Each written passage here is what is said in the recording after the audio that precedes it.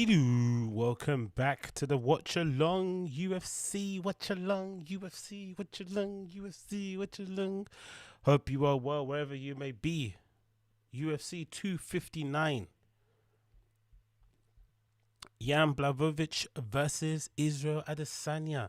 Hope everyone's well wherever you may be. Let's let everyone trickle in slowly but surely. You know how the deal is. You know what it's about. You know what it's about. Oh, here we go. Hope you're well wherever you may be. I've got my little drink here ready to roll. Keeping it nice and adult. Let it all trickle in. Let it all trickle in. Hope you are well. Let's get this. Actually, let's just quickly move this. Can I move that? How can I move it? Let's maybe say display capture. Take this off for now. Quickly move this over where? Maybe over here. Yeah, I'll put this over here. That makes more sense. UFC 259. We're going for it, aren't we? As per usual. Hope you're good wherever you may be. Alright, cool. Let's put it like that. I think that might be better. I'll put that on that side so that you guys can see. So, what are we? We're the first. Is it the first fight on the main card? That's where we're at in it now. This is Thiago Santos versus Alexander Rakic. This is going to be a banger. Absolute stone cold banger. You just know this. Thiago Santos is easily one of my favorite fighters in the UFC to watch. He's so flipping entertaining. So this should be an absolute banger and scrap him. Let's go. Oh, yeah. I've got a little timer up as well here, so I'm gonna actually let me move this along so you guys can see this. But I've got a little timer too that should be working, so I'll get that going too. Let's move this maybe over here a little bit, and then yeah, let's do this. Let's do this. UFC 250. Oops, no, I can't make that smaller, can I? Really? Gotta leave that the same size. Okay, cool. Alright, let's do this. This is a nervous one. It should be a good one, man. It should be a good one. Let me know where you're at as well. If you're watching this live, UFC 259, let me know where you're at, what you're doing. Where you're at and what you're sipping on. That's what I'd like to know. Or maybe not sipping on anything. Maybe you just stayed up with your, with your own power and your own might. But let me know in the comments down below. Oh, Thiago Santos is coming out. He's got a little hood on his thing, on his flag of Brazil. Pretty sick. He's got a little Robin, was it? Red, whatever. Robin the Red Riding Hood. Robin the Red Riding Hood. Sorry, Robin the Red Riding Hood. What's up, Matthew? What's good? Hope you're good wherever you are. Make sure as well if you're in here that you're smashing that like button for me. Hitting that subscribe. You know how it is. I need your Joe Rogan game to be on point. LOL. Mate, I'm knowing. I see everyone complaining about Joe Rogan's commentary, but if you're expecting anything better from me, not happening, guys. Not happening. Trust me, not happening. I'm just going to be hanging in there the best I can, doing whatever I can in this situation. I'm not the guy, mate. I'm what you would refer to as a casual, you know? That's what I am. I'm a UFC casual. I took a couple Groupon classes doing a boy and Muay Thai. That's about the max of my experience in terms of combat fighting. So anything more than that, go to the experts. But it was funny though listening to Joe Rogan and team comment on the Dominic Cruz fight just before. Did anyone watch that one? That was an interesting post-match or post-fight interview, isn't it, with Dominic Cruz? What's his deal? He seemed really agitated. I don't know who he was talking about. I guess that's a manager that he wants to fight. He's got an issue with, but he seemed to be really angry in the post-match interview. Wagwan for Thiago Santos. He has a very odd abdomen, isn't it? Like something's growing in there. Is that like what? Is that just the way his abs are set up, or is that a Brazilian supplement thing? His belly looks a bit strange, isn't it? Or is that just me? He's got a weird little like lump over there. Maybe I'm just not used to seeing six packs, you know? But it looks a bit strange. Or am I maybe reading too much into it? I don't know. But yeah, they're both in the octagon now, shaking it out, getting warmed up, ready for the announcements. But yeah, here we go. It's gonna be a mad one. Thiago Santos, Alexander Rakic. Oh, Santos is 37. I didn't know that. Damn it. Long in the tooth, innit? Rakic is 29, 6'2", 6'4", so 2 inches he's got on. Breach is about the same. I didn't know Santos was 37. That's a madness. All right, fair enough. He's a bit long in the tooth. He's been around for a while then. Okay, let's see. He just come back from a big injury as well, so I'm not too sure what he's going to be on, to be fair. This Rakic dude doesn't look like a walk around the park, mate. He looks like he means business. He's serious. Good striking, man. Elite high level striking. So let's see that Croatian power. You know, those white guys from that part of Europe, they're not built like other white people, man. They're a whole different breed. You know what I mean? They've got a different internal strength. But yeah, I love the little. Is it what is this? Is this a 4K camera they've got in the octagon where it zooms in on the fighter? It's amazing, man. I think is it 4K? I'm assuming, or 8K. I don't know. One of them looks really good. But yeah, if you're in the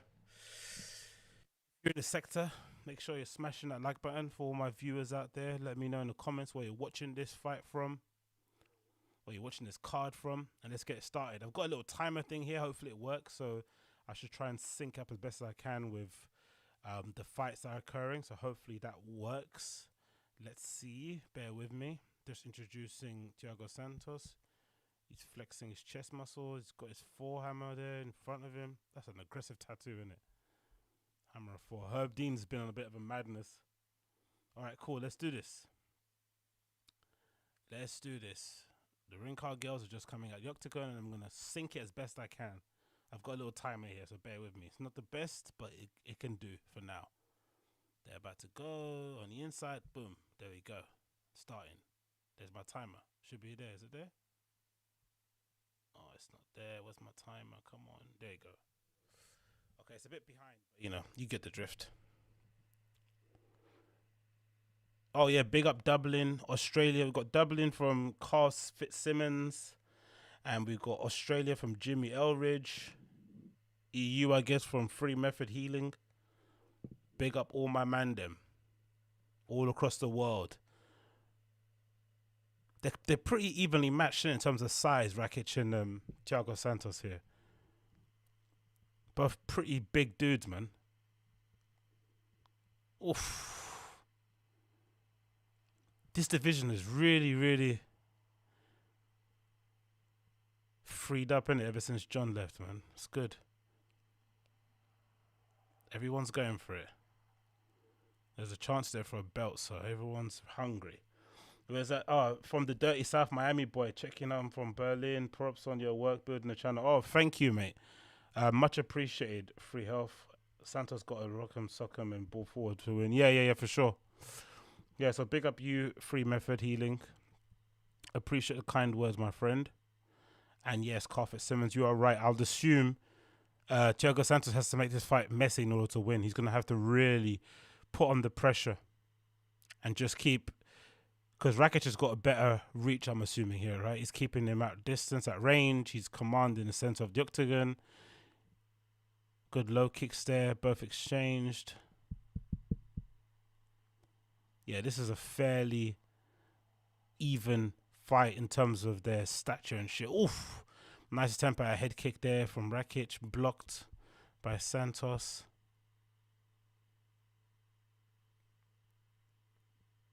I'm not too sure how you would split the striking. Who's better, I guess. They're both pretty good on the eye, innit, in terms of striking. I would obviously say Rakic probably looks the more smoother of the fighters on the feet. You're not too sure what he's going to throw. Santos looks it seems to telegraph what he's going to hit, but there's a lot of power behind what he telegraphs. That's for sure. But Rakic is no homo, but Rakic's fires are massive, innit?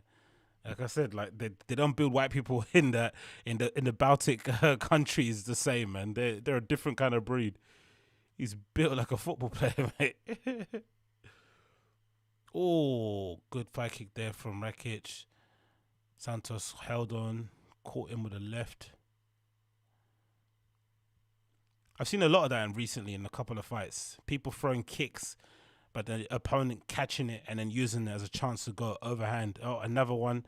Rakic is pretty much unloading with these leg kicks, man. He's not even going for the calf kick. He's aiming for the thigh, interestingly enough. He's not doing what everyone else is doing, where you're kind of hitting the standing leg calf kick. Rakic just trying to change levels, mix it up a bit, but he's just so big, isn't it? 6'4", trying to change levels. Oof, another kick to the thigh from Rakic. He's loading these up, man. Exchanging from Santos. Yeah, I agree there with the tweet. Who's that from? Eva Longoria. Oh shit, she loves UFC, doesn't it? So it's the best card probably. So they got such random fans, UFC, innit? You'd never imagine Eva Longoria will be a big fan of UFC, but what's her name? Halle Berry also. Halle Berry, sorry. She trains, innit, right? She does a bit of mixed martial arts. How much? Who knows? Probably just hitting pads, but still, everyone's really into this shit, man. It's good to see. Oof. Santos just loaded up down the left to the body, completely missed, but he's loading up on it, man. He's swinging for the rafters, mate. He wants to turn Rakic's lights off. Oh, good right there from Rakic as Santos was coming in. I'm going to say Rakic's standing leg is a little bit red. Right, it's swollen up around the knee. The same goes for Santos. His standing leg on the outside is really redded up. He's switching stance a little bit more. Maybe it's restricting his movement, but yeah, they both look like they've got sustained a nice amount of damage around the standing legs. No one's checking kicks either, so these legs are being nice kick there to the body from Rakic as he's stepping back. And then bang. That's the round, isn't it? Oof. These lads are beasts, mate. That was a close round. Valentina is bae. Yeah, I guess so, Mark Brennan. I guess so, mate. At the moment, we're watching Thiago and into powerful Croatian dudes or very powerful Brazilians. But again, you know, who am I to discriminate if you like these two gentlemen? They are quite handsome, aren't they? But yeah, mamma mia.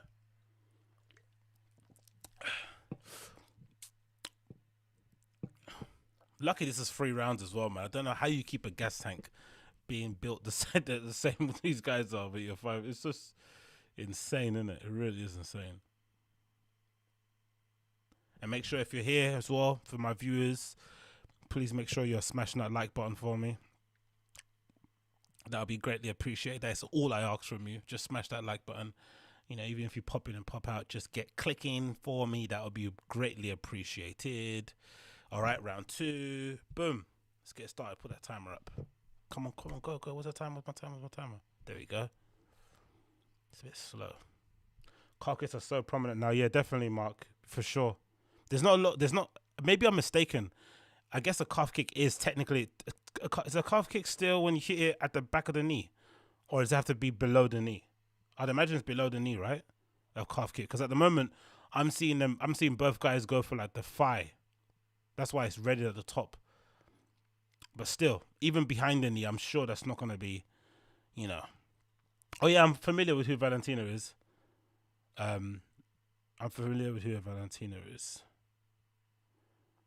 Oh, nice attempt there from a head kick from Thiago Santos.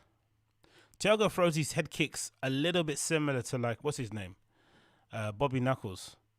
Where he sort of like bends down and he throws it from a weird angle. Very unorthodox. Or is that unorthodox? But very just weird to look at, do you know what I mean? Loads of feints from both fighters. Trying to get an opening.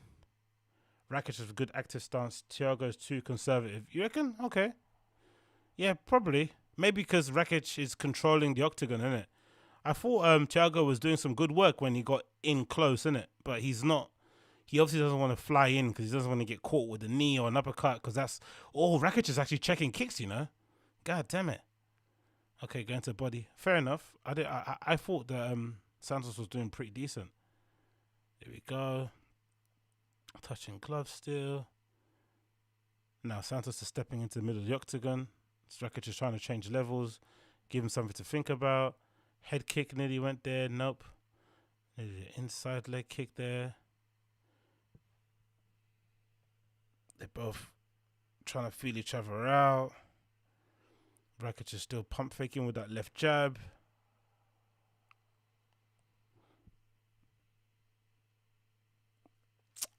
You have to say first round, probably on the strength of activity. You probably give it to Rakic, so it's probably maybe a 10-9, 10-8 maybe. I'm not too sure. Okay, Rakic has got Thiago Santos up against the cage. He's got his underhooks in. Standard procedure, knee into the legs. He doesn't have his head anywhere in his chest anyway. There we go. Now he's got him. Oh, he's got one underhook in actually. He hasn't got the other one in. And Thiago Santos is keeping the distance between himself and Rakic somewhat. He's going to try and spin him around into.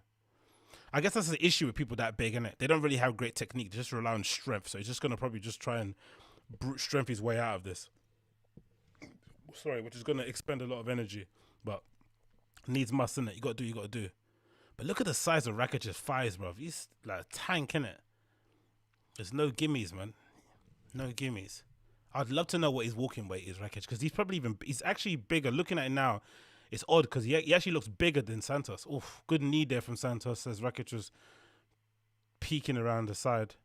Good wrist control from Santos. Rakic is complaining that good punches to the body there. Oof, good knees there from Santos. Nice. Oh, coming out the clinch. Took him with the left. Inside leg kick by Rakic on a calf. He's attacking both legs now. He's gone for the other one, which has made Santos switch stance. And now he's also, hits. Okay. Pretty even, I think, in terms of hit strikes, it looks like, from the graphic on the UFC. Stephen Thompson just tweeted, I tweeted that just to get some love from John Anik. Okay, I don't know what he's talking about there. Maybe it's a commentary. I've not got the sound on, so I wouldn't know. Yeah.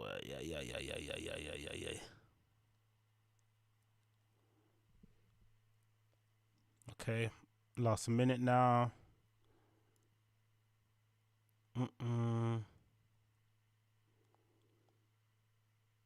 This is a close round. I don't know what I'd call this one. I'd say I'd give Rakic round 1. I'd no idea who I'd give round 2. I'd love to know what you guys think. Who do you give round 2 to? Because this is tight. I'd say maybe Santos started the better of the two in round 2, just as a start. And then Rakic maybe picked it up towards the end. Had some good control on the cage. On the side of the cage, sorry. Up against the cage, sorry. Oh, Santos got hit there as he came in with a left. Nice short left there. Left hook. Maybe Rakic has maybe Carl Fitzsimmons was right. Rakic does look a little bit more active, innit? He does look like a lot more dangerous on his feet. Oh, jumping knee there. Oh, ho, ho, ho. Mate, I don't know. Yes, big up Ashley Cummings Yoga. Venice Beach, Wagwan. What do you guys think of that second round? Who do you think won? Title, right? Hopefully bowling balls being thrown at the effort. Yeah, Jesus. And by the way, can somebody that's got more knowledge than me, what's with the fighters fighting outside the cage now? It's a new thing.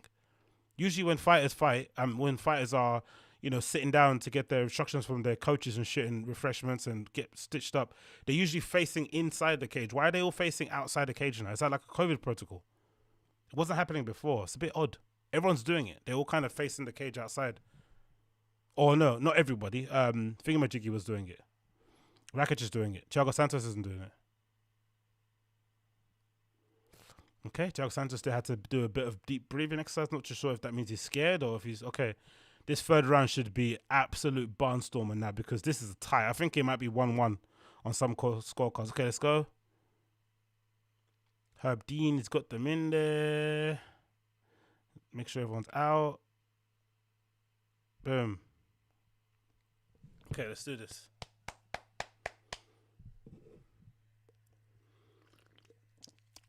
Heading into the final round.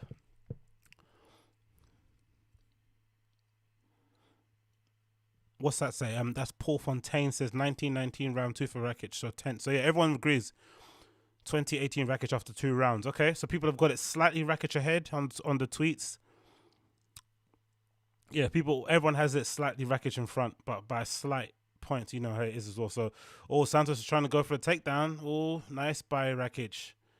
Reverses that and it's got Santos up against the cage. This is not where Santos wants to be, man. If he wants to try and win this, isn't it?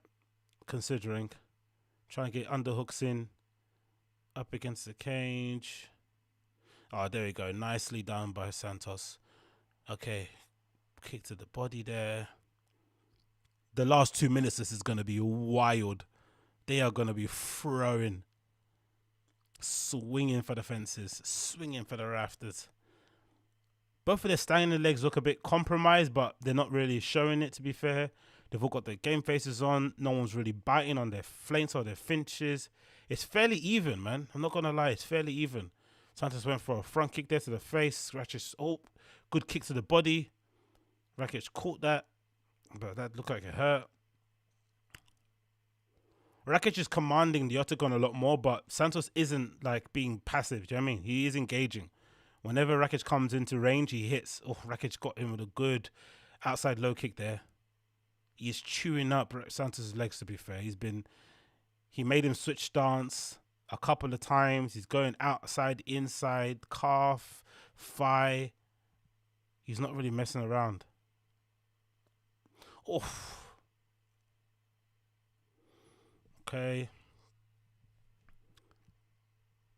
Last 3 minutes now. Let's see a nice nice low kick there again from Santos. 2 from the left-hand side, one after the other.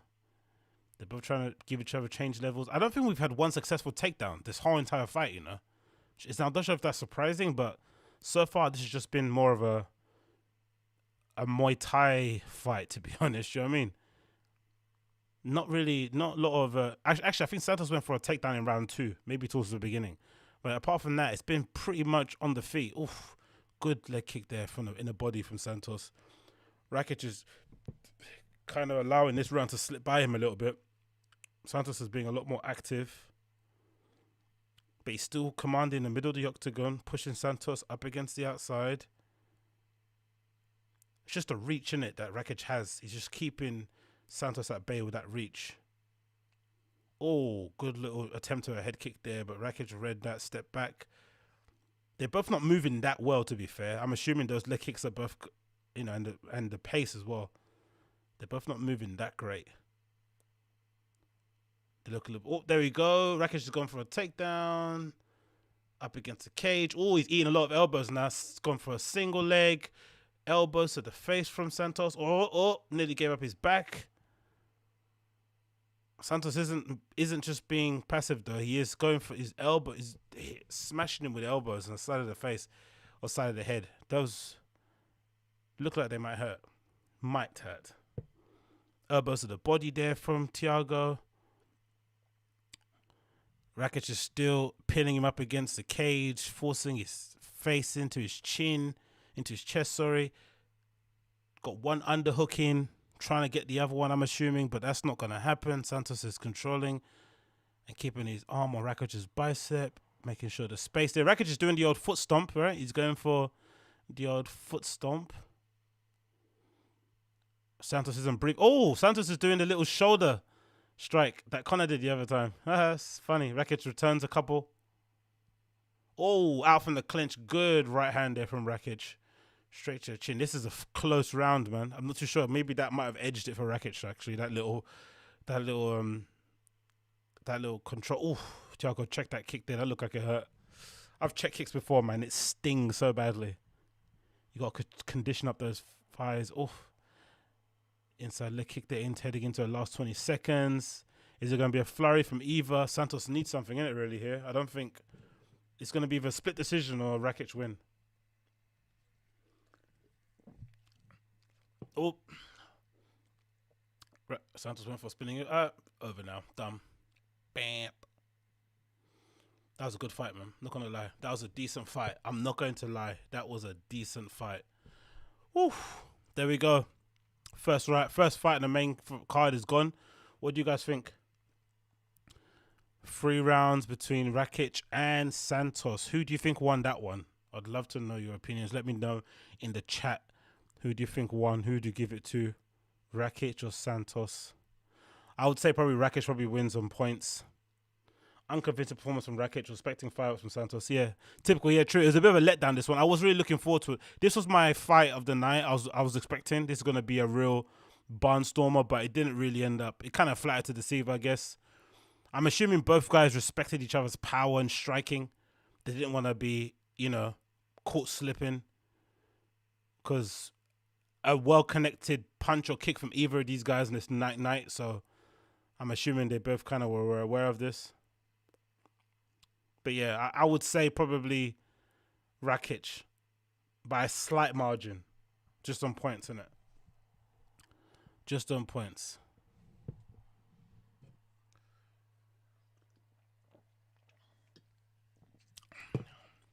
Just on points. Okay, see? Reading up the judges' scorecard now. Let's see who they gave it to.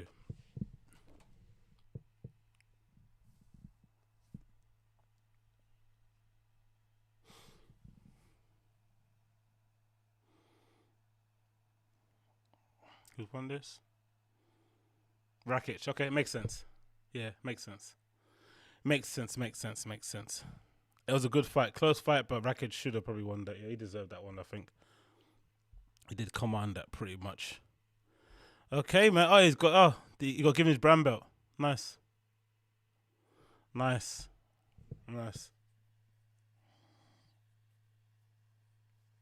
crying. Got his brown belt. Jiu-jitsu brown belt. Oi! He got taken by his fucking coach. Okay, man. There we go. Tight fight. We got one of the main card fights down and a couple more to go. This Ishmael Micah versus Drew Dobbo is gonna be a good one. This is gonna be a good one. But yeah, close fight, man. Close fight between all. Close fight.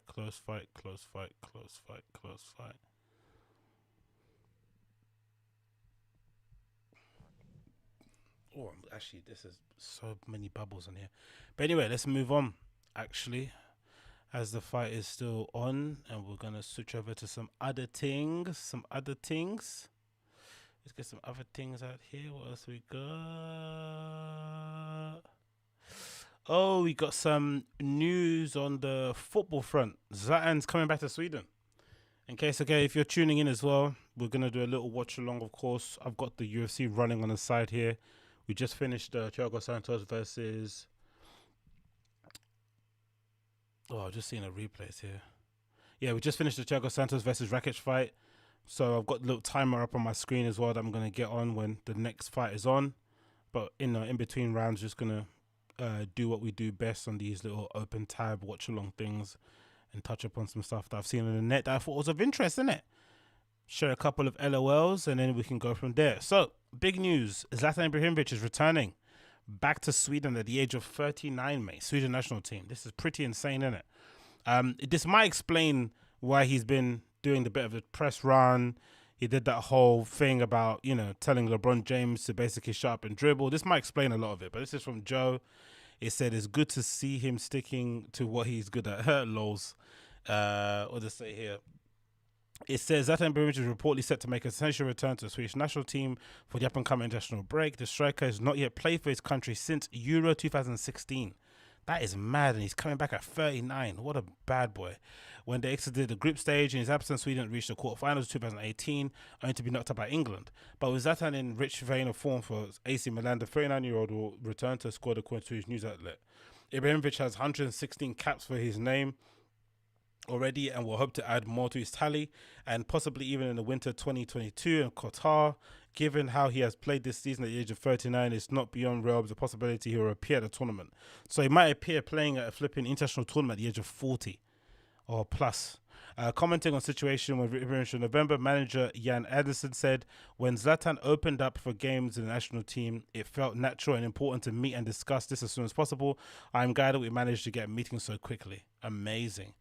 but it's also maybe a bad indictment, a sad indictment on the quality of strikers the Swedish national team have, that they have to call upon a 39-year-old Zlatan Ibrahimovic to lead the line. I guess they got that Isaac kid who's at, where is he at? Is he at Seville? Isaac, where does he play for again? Is it Seville? It's not Seville. Where does he play at? Maybe Red Bull. Doesn't matter. They got some young kid called Isaac at the moment who's not really pulling up that many trees, but they're trying.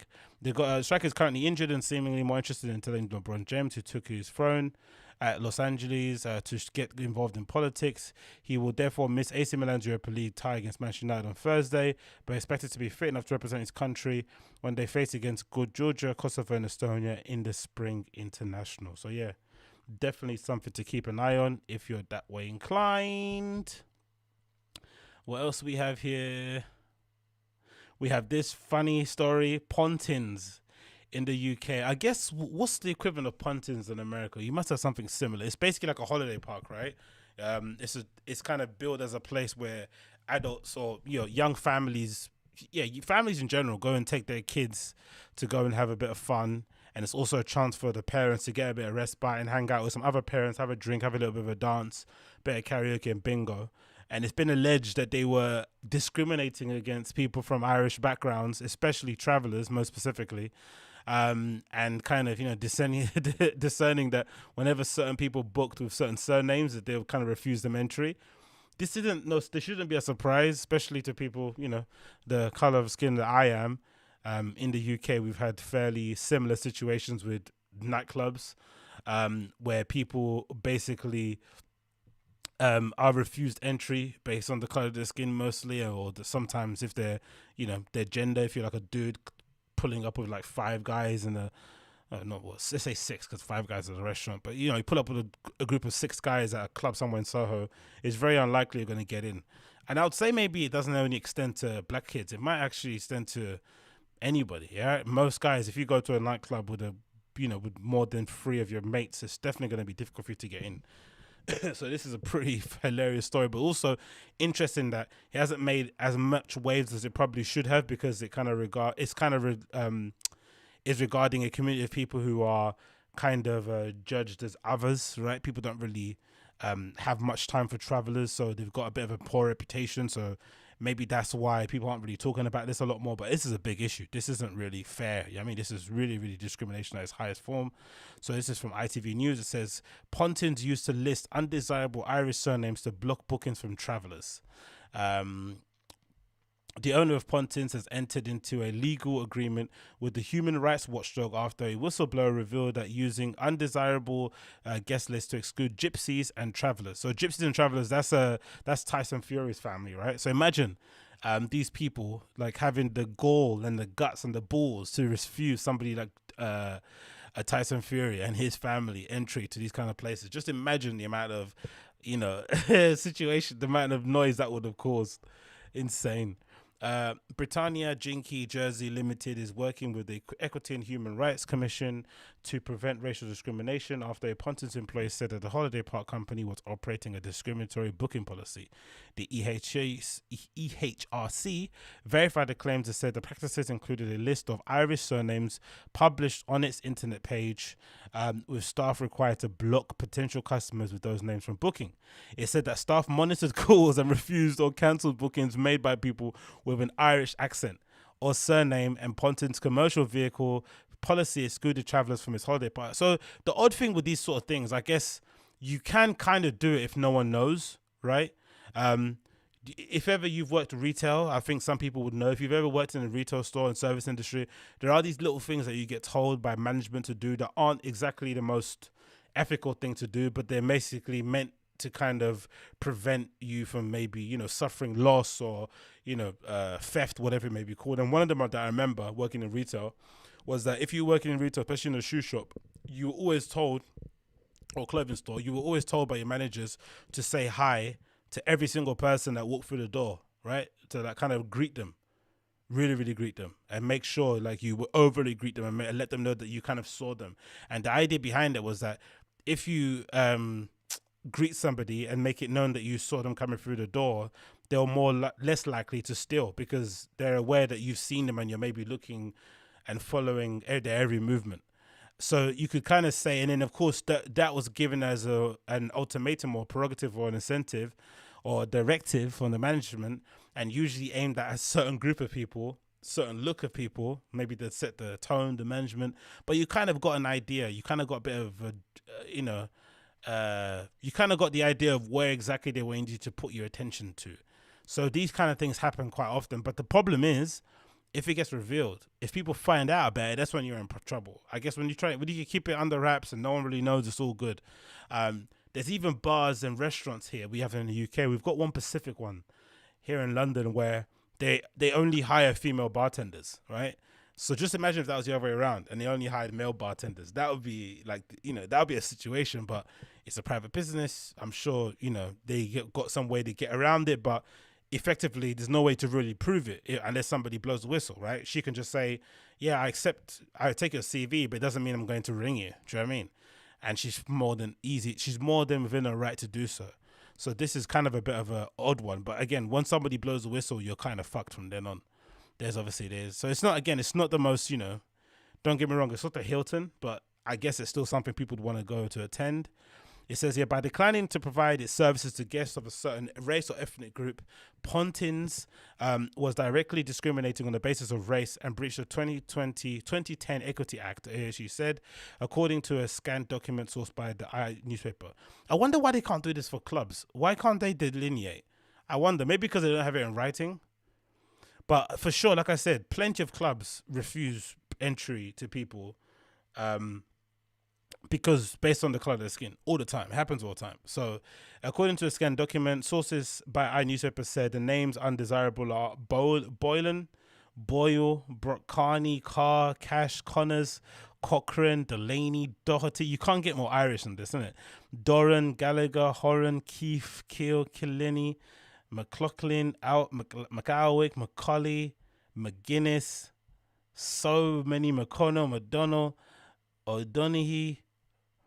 Britannia Jinky Limited said it's working to enhance its staff training and procedures to further promote equality throughout the business. Downing Street condemned the blacklist as completely unacceptable, with Prime Minister officials, spokesmen saying no one in the UK should be discriminated based on the ethnicity is right of the Equity and Human Rights Commission, and Pontins investigate it. But yeah, Pontins, Southport.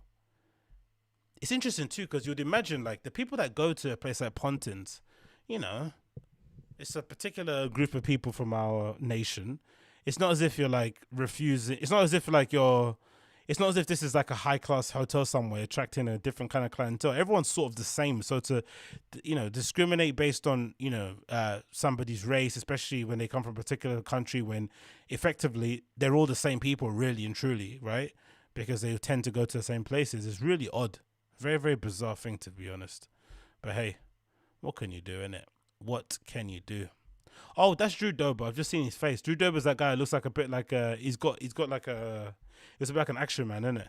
This is going to be a good fight, man, to be honest. It's going to be a good one. But yeah, what is people saying in the chat? J94 said, have you spoke about Chris? Yeah, I spoke about him already, man. Like, ages ago, innit? A few other shows before. The Chris D'Elia situation is bad, innit? It is what it is. There's no real getting around it. It doesn't look good. I've now learned that, I think I learned on the last podcast, didn't I? That supposedly, for some reasons, Americans have this weird law where you can, you can effectively be in a relationship with somebody that's deemed to be really young, but you can't exchange illicit messages and something like that. It's a very odd rule. I'm not too sure why that is. So you can sext with somebody that might be underage, but then you can't. No, you can get a relationship, but you can't sex. It's some weird rule, some very, very strange rule. But regardless of the rule, unless it transpires that Chris D'Elia situation that he's in, that everything that's been said about him is completely made up, he's fucked. It's over, innit? It doesn't look good. There's no real way back from redemptions there, because it does look like he's purposely soliciting the company of very young, if not underage girls, and there's no way you can come back from that. It's just impossible, innit? No, again, like I said, the only way you can come back from it is if he's able to prove stone cold, concrete evidence that whoever was talking, whoever's alleged, whatever they alleged, that they just outright lied. He has proof, he has receipts. That's the only way I see it happening. Yeah, so Drew Durbin is coming out now. This American heartthrob. He looks like I say, looks like an action man. He's got an absolute jawline on him. Very enviable one. So let's see what the deal is. Let's see. Did any of you guys see that TikTok? There was a video going around. I'm not sure if it's real. Some guy was showing his progress using some like jaw clencher thing, some exercise thing that he put in his mouth, and his jaw was the size of a flipping brick. I'm sure it was like a bit of banter, but imagine if people are out there, some guys that are just flipping, biting on something and training so they can get their jawline to be a bit more prominent. That's mad. I'd imagine it's quite difficult, right, to really increase the size of your jaw in general, the muscles around your face, unless you're obviously fighting. You're going to build up some resistance. But anyway, this is Drew Durbin here. He's getting all Vaselined up. 3-fight win streak, it says here. He's got the second shortest average fight time. He's finished 16 of his 23 wins. 11 knockouts, 5 submissions. God damn it. This is going to be a banger, isn't it? 16 of 23. That is a great record. He's got a good head of hair on him. Built like a brick shithouse. This should be decent.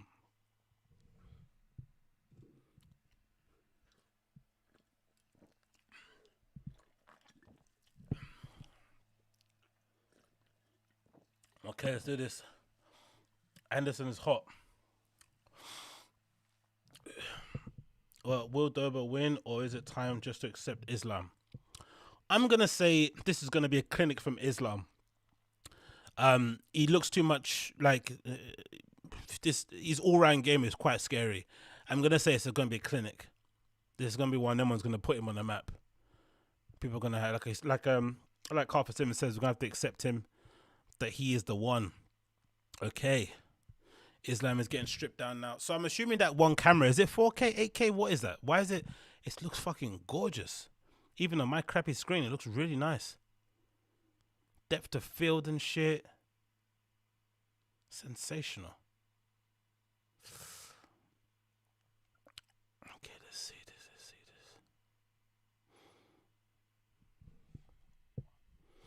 Islam's getting stripped down, ready to roll.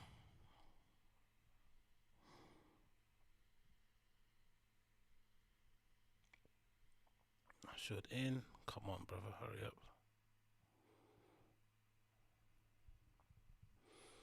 Oh, it should be it's gonna be a barnstormer. It's gonna be a barnstormer. There we go. We got that one. Come on. Don't muck around. Islam Makhachev. Is that how you pronounce it? Islam Makhachev. Makhachev versus Drew Dober. Let's do this. Islam's getting Vaselined up now. This should be a boozer. Islam, second longest win streak. Highest takedown accuracy in the UFC, 68%. 3 wins by a knockout, 7 by submission. This is what you call as an all-round fighter, mate. This is going to be so good. Oh, again, big up everybody in the chat. Big up everybody tuned in live. Again, if it's your first time checking out the show, I've got a little timer here as well. I'm going to count down the time so you can roughly see where I'm watching the fight and where I'm at. Of course, you can feel free to sync it up. And then in between fights, we're going to go through and check some stuff on the interwebs that I've seen of interest and just take it from there, innit? So if it's your first time checking out the show, make sure you're smashing that like button for me, getting involved. This is going to be a good one. Islam versus Drew Dober. It should be good. Islam 29 to Drew Dober's 32. Islam's 5'10". Drew Dober's 5'8". Islam 156, 56 each. Reach, Islam's got a slight advantage, 70.5 to Drew Dober's 70 inches. So slight advantage with the reach. Okay, so Bruce Buffer's got a nice little Kelly green suit jacket on, looking very dapper. Let's do this. Drew Dober smiling, looks relaxed, bouncing up and down, feeling himself. But for sure, deep down, he knows this is going to be a situation. Oof. If this kid can do this, if this kid can knock out Islam, this is going to be an absolute. This is going to shake up the UFC, because I think Dana White really wants Islam to be the one, so he can be his next sort of Dagestani killer that he can, absolutely rinse. Fight record 18-1, fighting out of how do you pronounce that? Makhalachala. It's sort of like his name, innit, right? So I'm assuming Makhachev might be a name distinctive to that particular region of where he's from in Russia. Either way, he will squeeze your head off. He will squeeze your head clean off your shoulders. Anyway, here. They're getting ready. Get my timer ready now. Stop chatting shit. We got Chris Tognoni there. Ring card girl. Blowing us kisses. Thank you so much, darling. Punch me in the face. Ouch, that hurt. Let's go. Referee. It's getting things under control. He's going to face the fighters now. Bang. Let's go. Round 1. Okay.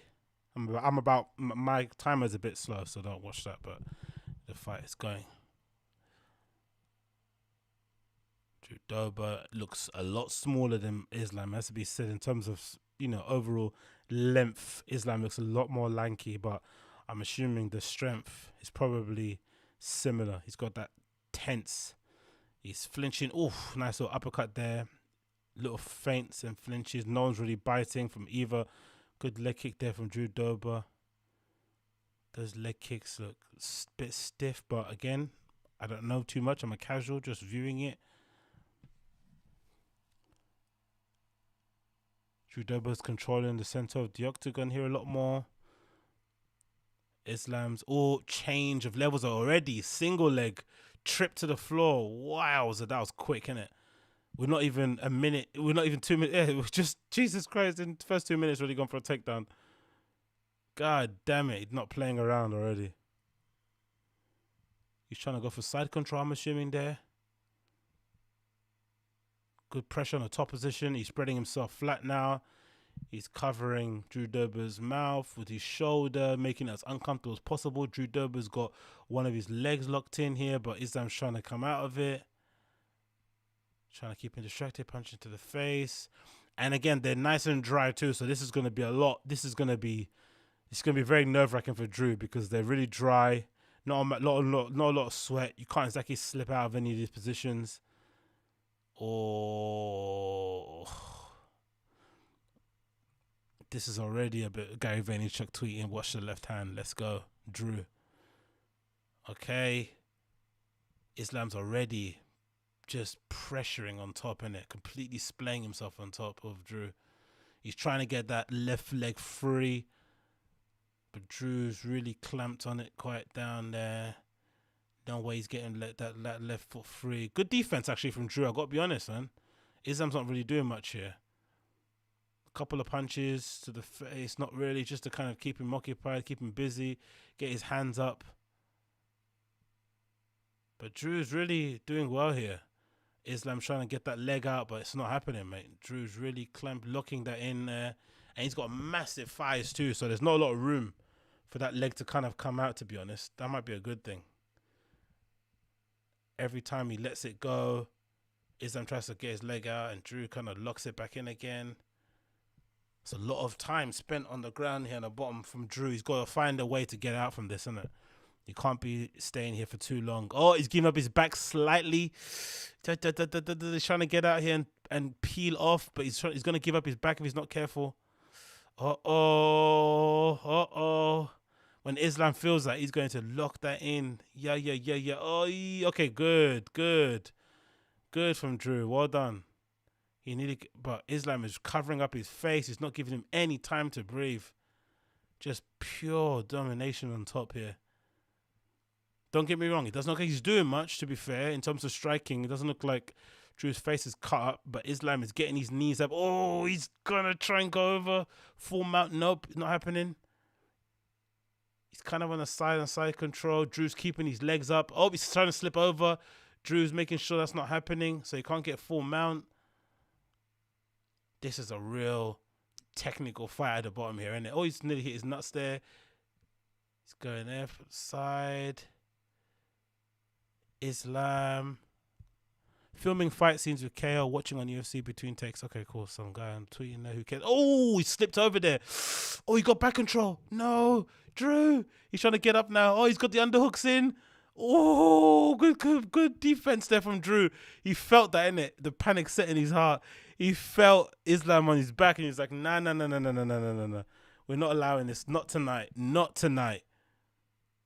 Oh, well, good defended here by Drew, but he spent a lot of time on the ground, man. Underground. Oh, yeah. Last 30 seconds now. He's giving up his back. Oh, spun again. Nope. Oh, he's gone for an arm bar. Oh, damn it. No, Drew. Hang in there, brother. Hang in there. Oh, he is. He's turning. He's hanging there. Well done. Oh, he's still going for it. Islam is stuck on it. He's holding on. Last 7 seconds. 5. Is he going to hold on? Oh, he did. Oh, how did he survive that? Holy shit. Whoa. Oh, that was good. That was good, man. Jesus, did you see that? Wow, that was good. Holy shit, that was good. That was good. Islam is filthy on the ground, mate. Filthy. Yos. He was just looking. You can tell him feeling for all the little movements that Drew was making underneath. And as soon as he felt him turn a little bit, he just slip on his back and try and get his arm underneath his chin. Oh, that was amazing. Just as look at that. That was quick. He went for the armbar. Then Drew flipped over. Good defense. Oh, that was stupendous to see. So good. Islam's twisting the wrist. Wow. Oh. Okay, we go. Second round. Let's go to timer there. Okay,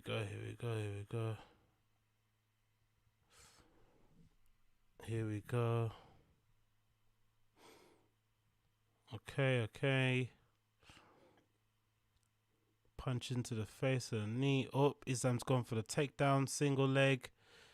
Holding on there. Good takedown defense from Drew. Didn't let him get that one. Islam's getting up against the cage. Oh, good trip there from Islam. Beautiful trip. Beautiful trip.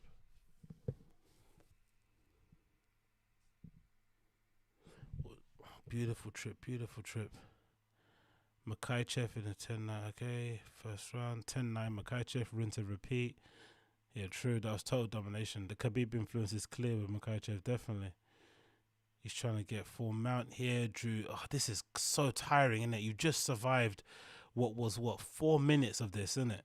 Or 3, whatever it was in the first round. And then as soon as you come out, this man goes for the single leg and just gets you right back down to the ground again. These Russian lads are on another level when it comes to this wrestling shit, man. This grappling stuff, man. They don't mess around. Islam's got him up against the side of the cage. I guess this is good for Drew because he can pivot away here. It's a bit better. I guess Islam would want to have him maybe in the center of the octagon, I'm assuming. Drew is inching up against the side of the cage, trying to inch his way up a little bit to stand up. Islam is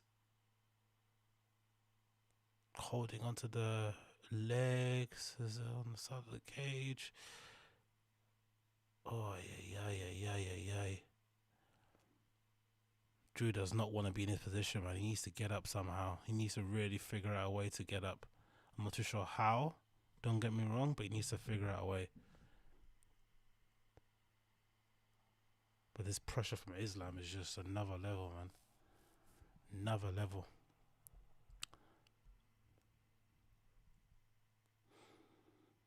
Doba is boned. Yeah. He doesn't look like he's got really an answer here. I don't know. This is not the most advantageous situation to be in. He's pinned up against the side of the cage. To be honest, he's lucky that Islam isn't really throwing that many punches as he's on the side of the cage. That's the only thing I would say. He's not sustaining a lot of damage here.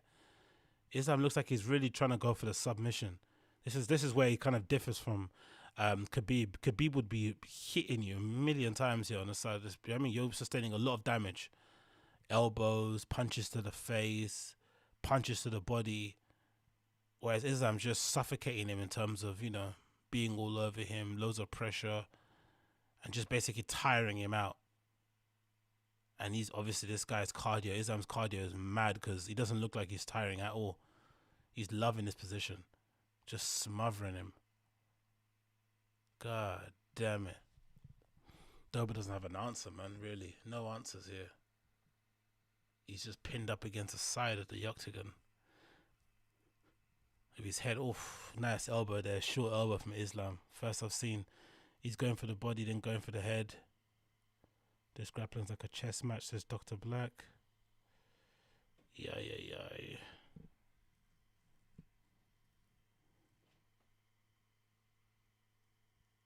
Another punch there. Okay. More punches from Islam. From Dober again.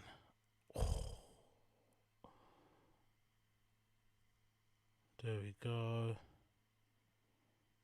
Last 40 seconds. Yeah, it's just, the time was a bit late, but yeah, not much activity here from Drew. It looks like Islam's really dominating here, the top position. Oh, good punches there. Just ate that one. That looked like it hurt. Is Drew's face swelling up for you a bit? Not really, it doesn't look like he's sustained that much damage down here. A couple of some big elbows there. Oh, bloody hell. God damn it. Hammer fist.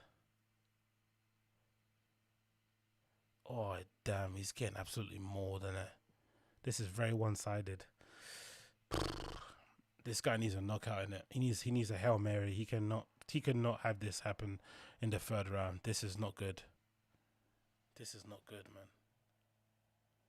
This is not good. Oof. Bloody hell, Drew. You can absolutely mollywopped in there, my friend.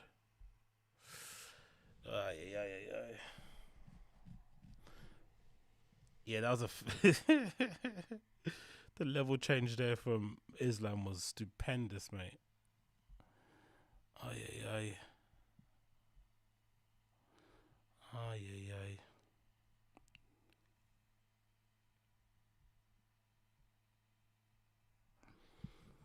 All right, in between rounds, showing the replays. Yeah, Islam just went for that single leg very quickly, innit? Yeah, Drew managed to stuff one. Oh no, he didn't. He didn't manage to stuff. He managed to stuff one because Islam didn't get a trip. Drew needs to just not engage at all when it comes to these underhooks and this wrestling. Oh, that trip was beautiful. Inside. Okay, let's see. Let's go back to the fight. Let me get my timer ready. Boom.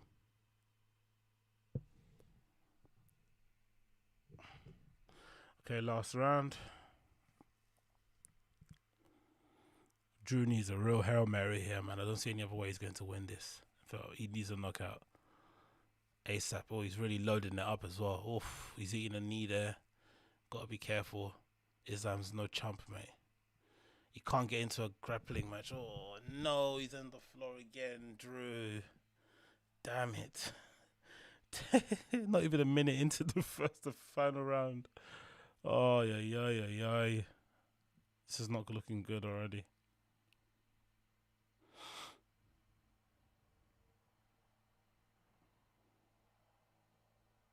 Yeah, this is not looking good for my man, Drew.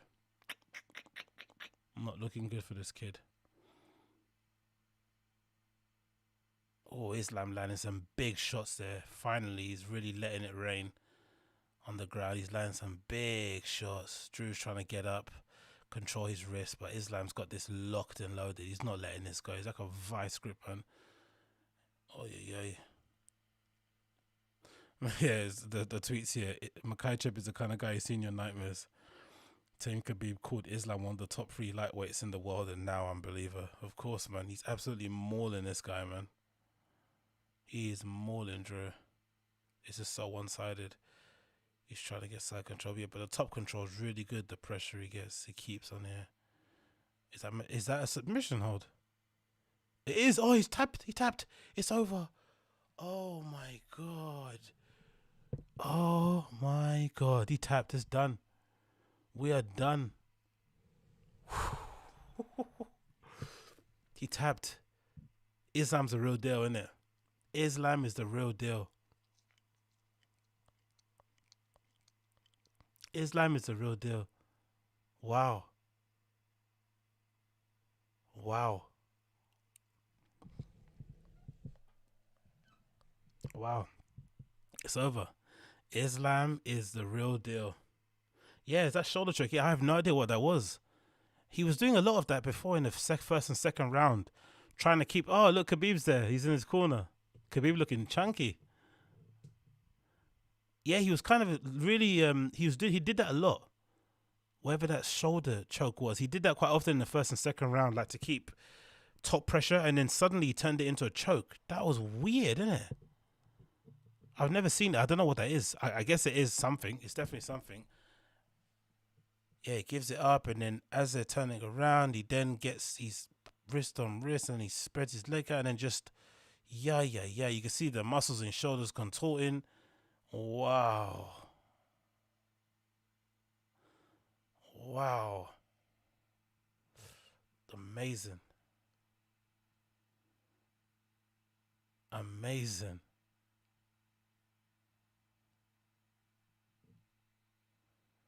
Amazing. It's good to see Khabib in the octagon, I gotta be honest.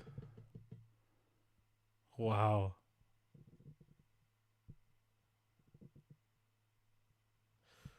Yeah, unlucky Drew, man. This wasn't the one for you, man. This was really a bad fight in terms of styles make fights. Jesus Christ, complete mauling.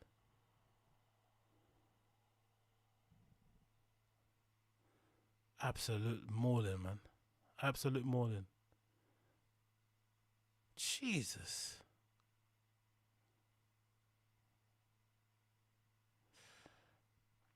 That was good. That was really good. I'm not gonna lie. That was a very, very impressive performance. Okay. Okay. We've got another fight down on the card here. Ismail Makhachev won what? I don't know what that was. Let's see here, because they usually have the whatever the submission was. Let's see if they got the submission here on the thing. Yeah, what is it? What was the submission? Oh, it's an arm triangle. Okay, that's what it is. Arm triangle choke from half guard. Jesus Christ. Whatever that was impressive. Arm triangle choke from half guard. God damn. What a beast. What a beast. Okay, let's move on from that then. Let's move on. And then we'll catch up with the rest of the stuff later as they go and break and stuff. And then the next fight we're going to see is Peter Yan vs Aljamain Sterling. This is going to be another great one. UFC Bantamweight Championship belt on the line. Oof. Okay, let's move on. What else we want to talk about here? What's this? This is courtesy of the old TMZ. Oh, would you look at that? Poet Amanda Gorman, tailed by security who felt she looked suspicious. Hilarious, isn't it? She gave that amazing little poetry speech that she did during the inauguration, right? She thought things were sweet, wore a little Prada jacket, feeling herself, and then you go back into the real world and you suddenly confronted with the realities of being a black person living in North America, where your entire existence is just always questioned. Should you be here? What are you doing here? You get into confrontation with police. It probably might end up with your life being taken away from you via no fault of your own sometimes. And just, constant living in some sort of perpetual fear. This is what it says here. Amanda Gorman, the poet who stole the show at President Biden's inauguration, says she went from hero to suspect, adding it's reality that black girls are forced to endure. Amanda was walking home on Friday, apparently in LA of all places, when a security guard seemingly felt that she was a threat and followed her. Just imagine seeing a girl like that and thinking she's a threat. Just imagine. Really? Jones, is that true? Jones is saying in the chat that what's his name? Jones saying in the chat that supposedly Brian Callen got named as accomplice. Is that true? If you have a link, throw it in the chat, Mr. Jones. Throw me a link in the chat and I'll check it out. I haven't heard that. Oh no, I did see that. I know what you're talking about. I saw it in the I saw it. Let's continue here. Amanda LA, when security guards seemingly felt that she was a threat and followed her when she got to her home, she said she was demanded to show that she lived there because he looked suspicious. Oh my god. Amanda says she showed the guard her keys and went inside, but that's not the end of the story. After the guard realized she lived there, there was no apology, nothing. Amanda says there's a reality for black girls. One day you're called an icon, the next you're a threat. To that, Amanda agreed in a sense. She was right. I am a threat to injustice, inequality, to ignorance. Anyone who speaks the truth and walks in hope is an obvious and fatal danger to the powers that be. That's interesting, though, isn't it? Because I wonder if the person, more likely than not, the security guard at whatever private gated community she lives in LA, most probably is somebody from an immigrant background, I'd assume. And if they're not from an immigrant background, they're definitely somebody that isn't, you would imagine, quote unquote affluent, right? There's somebody that obviously has they're not the most affluent person in the world. They're definitely supporting an entire family with that one security job they've got. So kind of putting this guy out on blast and leaving him in a position where he can't feed his family, but then also getting off your, woe is me, I was victimized for the color of my skin thing is really appealing. It must be an odd place to be in, isn't it? Trying to battle those two things, those conflicting things that are coming out at you. Amanda's inauguration poem, The Hill Will Climb, was historic, delivered by the youngest poet ever at a presidential swearing in. Okay.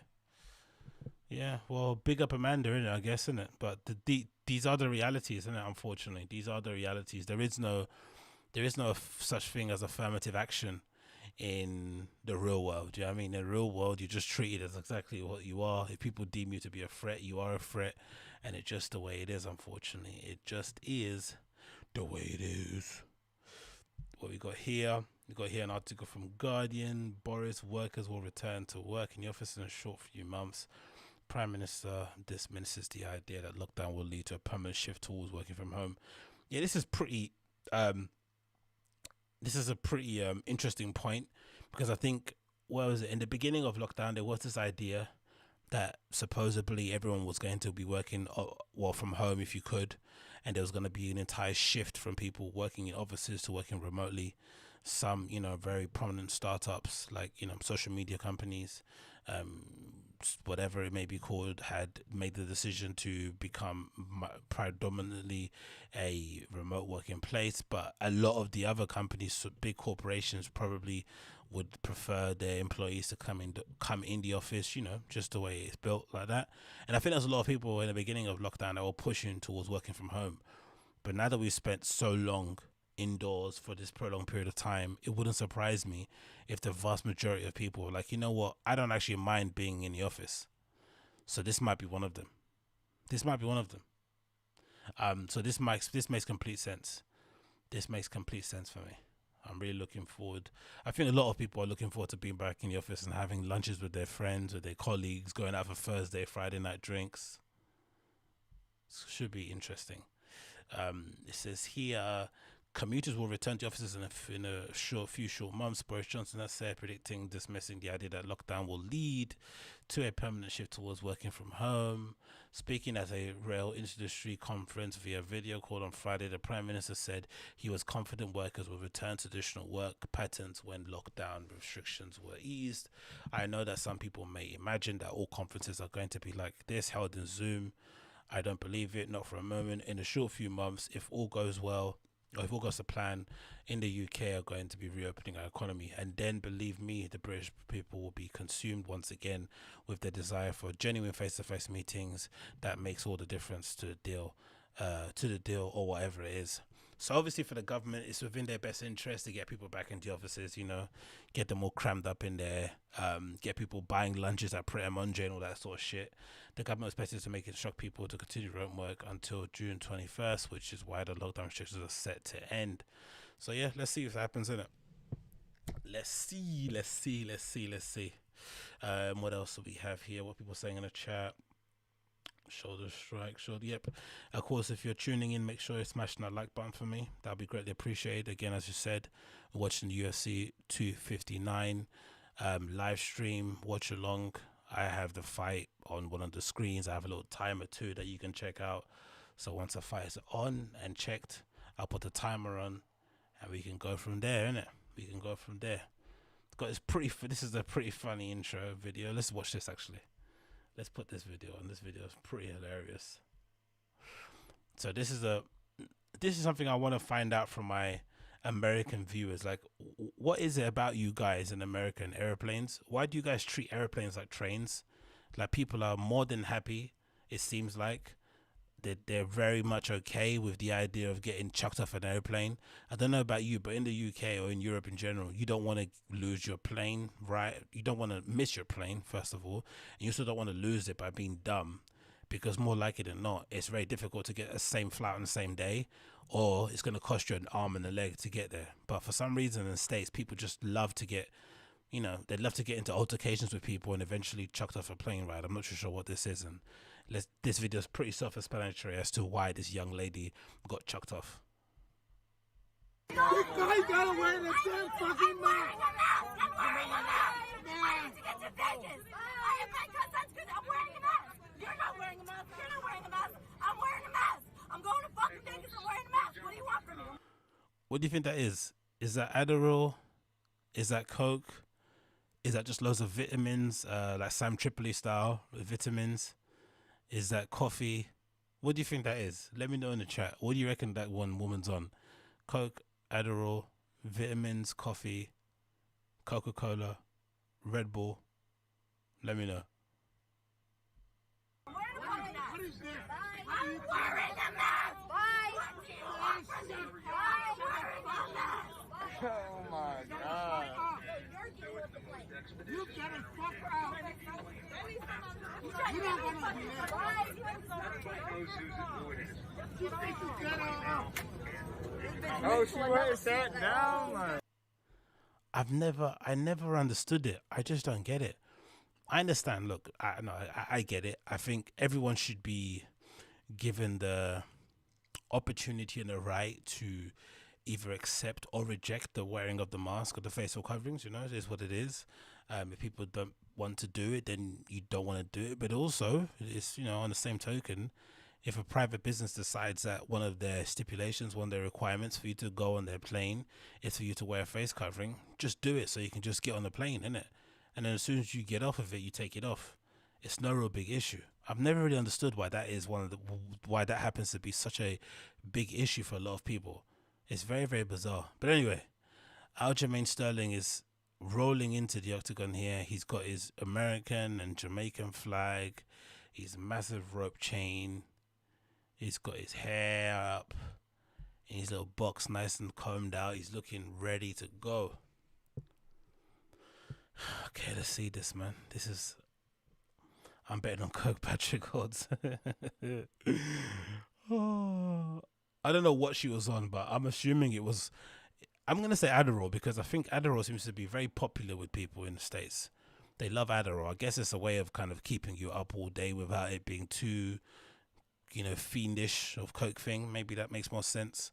And you can maybe take I'm assuming Adderall works like any other, prescription tablet medicine things. You can get a pretty low dosage, a pretty high dosage. So you can probably regulate it a lot better. So I'm going to say Adderall, but I wouldn't be surprised if it was Coke. But yeah, Aljamain Sterling is getting stripped down, ready to go. I've got these little in-ear monitors today instead of my normal headphones, but they're causing my ears some issues. Maybe that's what you get for paying 20 quid for headphones on Amazon. But yeah, Aljamain Sterling is getting Vaselined up now, ready to roll. Let's see. He's got the second longest active win streak of the UFC bantamweight. He's the fourth most wins in the bantamweight, third largest strike differential in the bantamweight. So yeah, he throws a lot, he wins a lot. This is going to be a good one.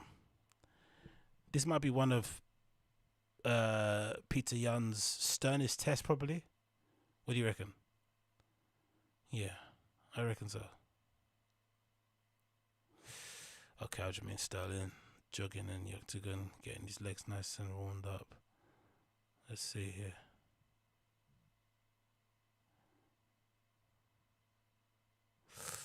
Let's see here. Let's see here.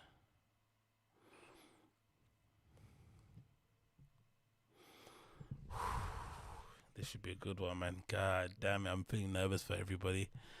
Ah, yeah.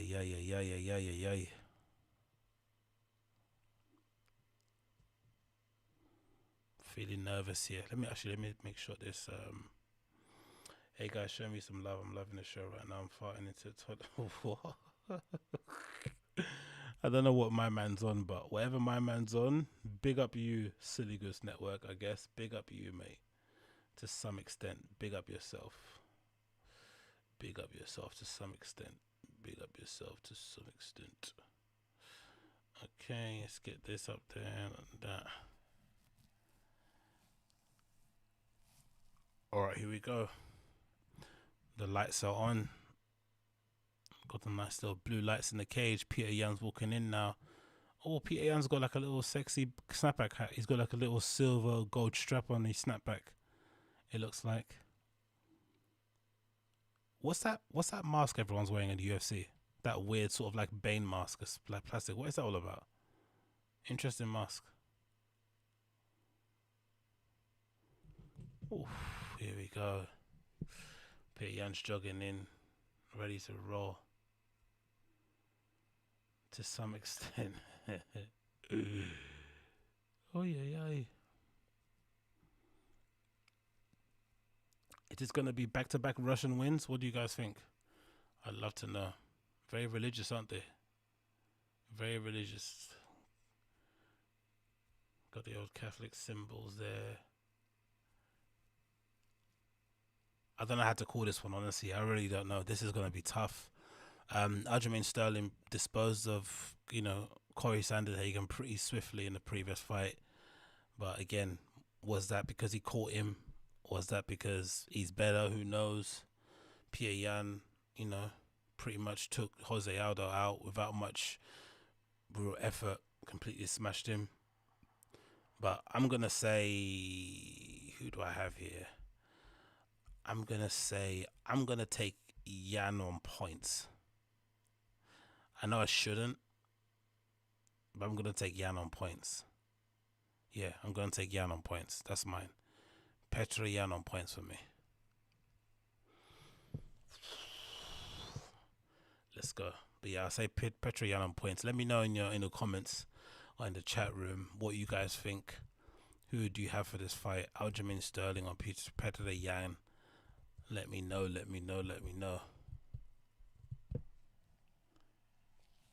Okay, here's how they line up. Petr Yan 28-31 to Peter Yan, 5'4", 7.5, slight height advantage for Petr Yan and slight reach advantage slight weight, but reach Aljamain Sterling 71 to Petr Yan 61. Raheem Sterling's brother. Yeah, Raheem Sterling's brother. Hilarious.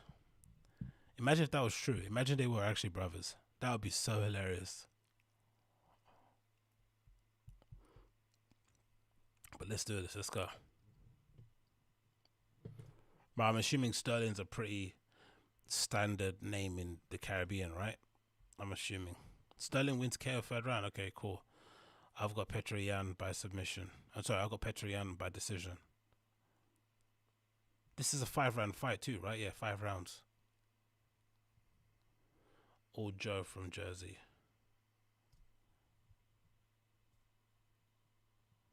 Yeah, I've got Yan. Let's see what happens here. Let's see. Should be interesting.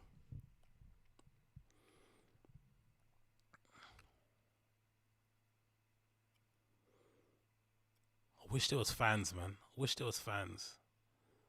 Ugh. Wish there was fans. Really do. This would be so much better with spectators in the stadium. Imagine watching this. Oh yeah. But here we go. Petr Yan looking good, looking loose.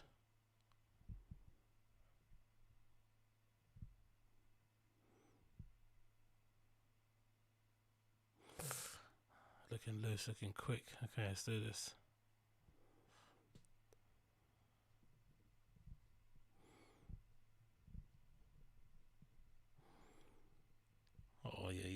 this is nowhere. So in this championship fights, it's a completely different feel in it. They even changed the lighting and shit. This is gonna be fun. Okay. So just giving them all the rules, settings. Let's do this. Okay, here we go, man. UFC bantamweight belt on the line. Let's see. Here we go. Belts only from now on. Belts only.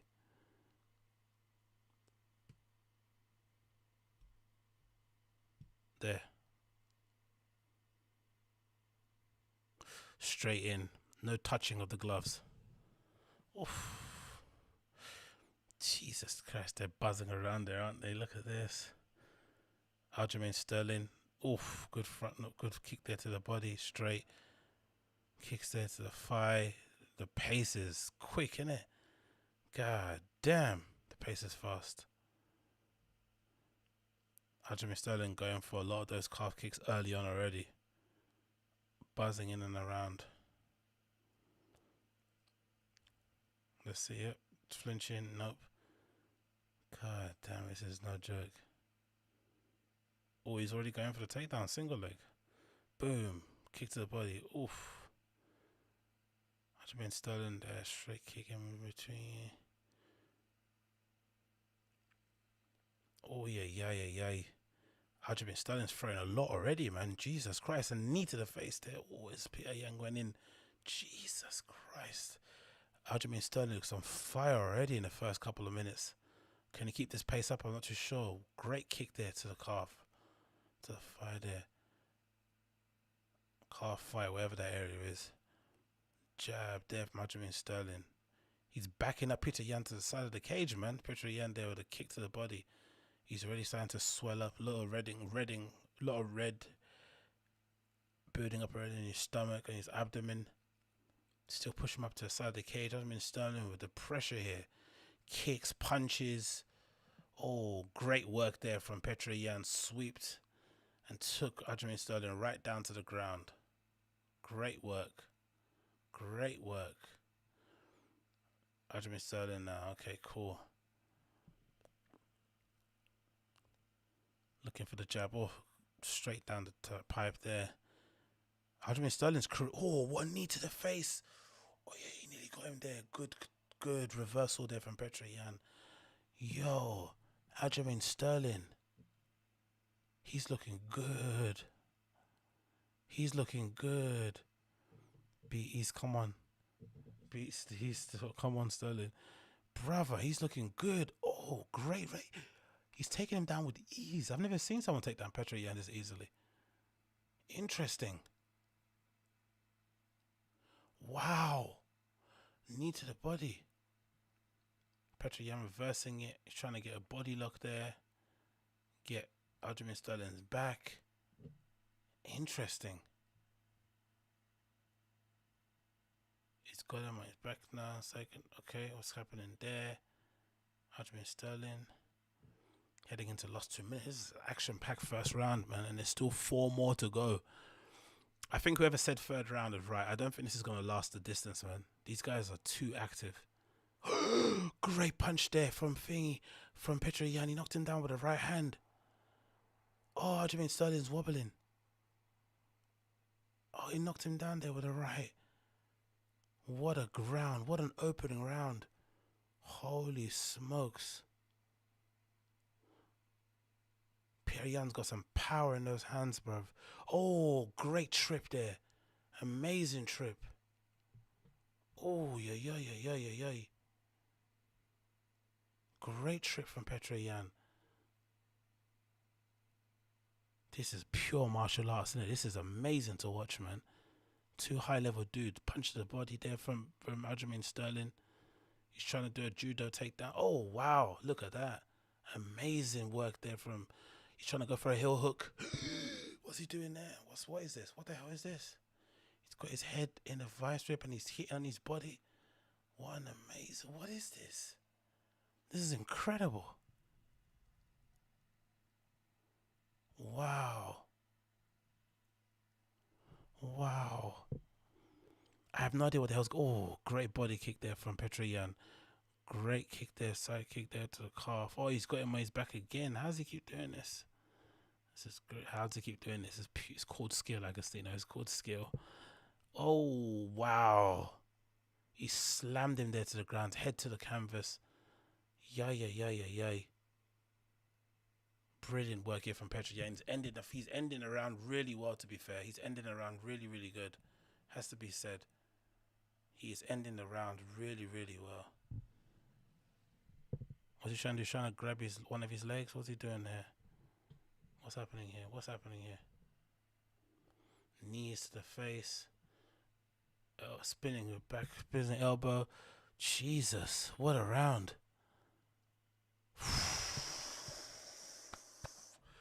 That was brilliant to watch. Wow. That was brilliant to watch. I don't know who took that first round. I really don't know who took that first round. That was amazing. Knee to the face, knee to the side of the face. It kind of wobbled him a little bit. Grabbed the leg. Great takedown there from Aljamain Sterling. The first round got split in it. Then a right hand there knocks down Sterling to the ground. This fight split. This fight feels like one fighter won the first half, and then the second fighter won the other half. What do you guys think? I think that round was really split, man. Not too sure who won what, but this is high level shit. Holy smokes. Okay, here we go. Second round.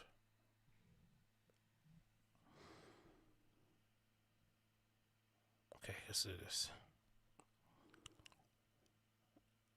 Okay, kicks there.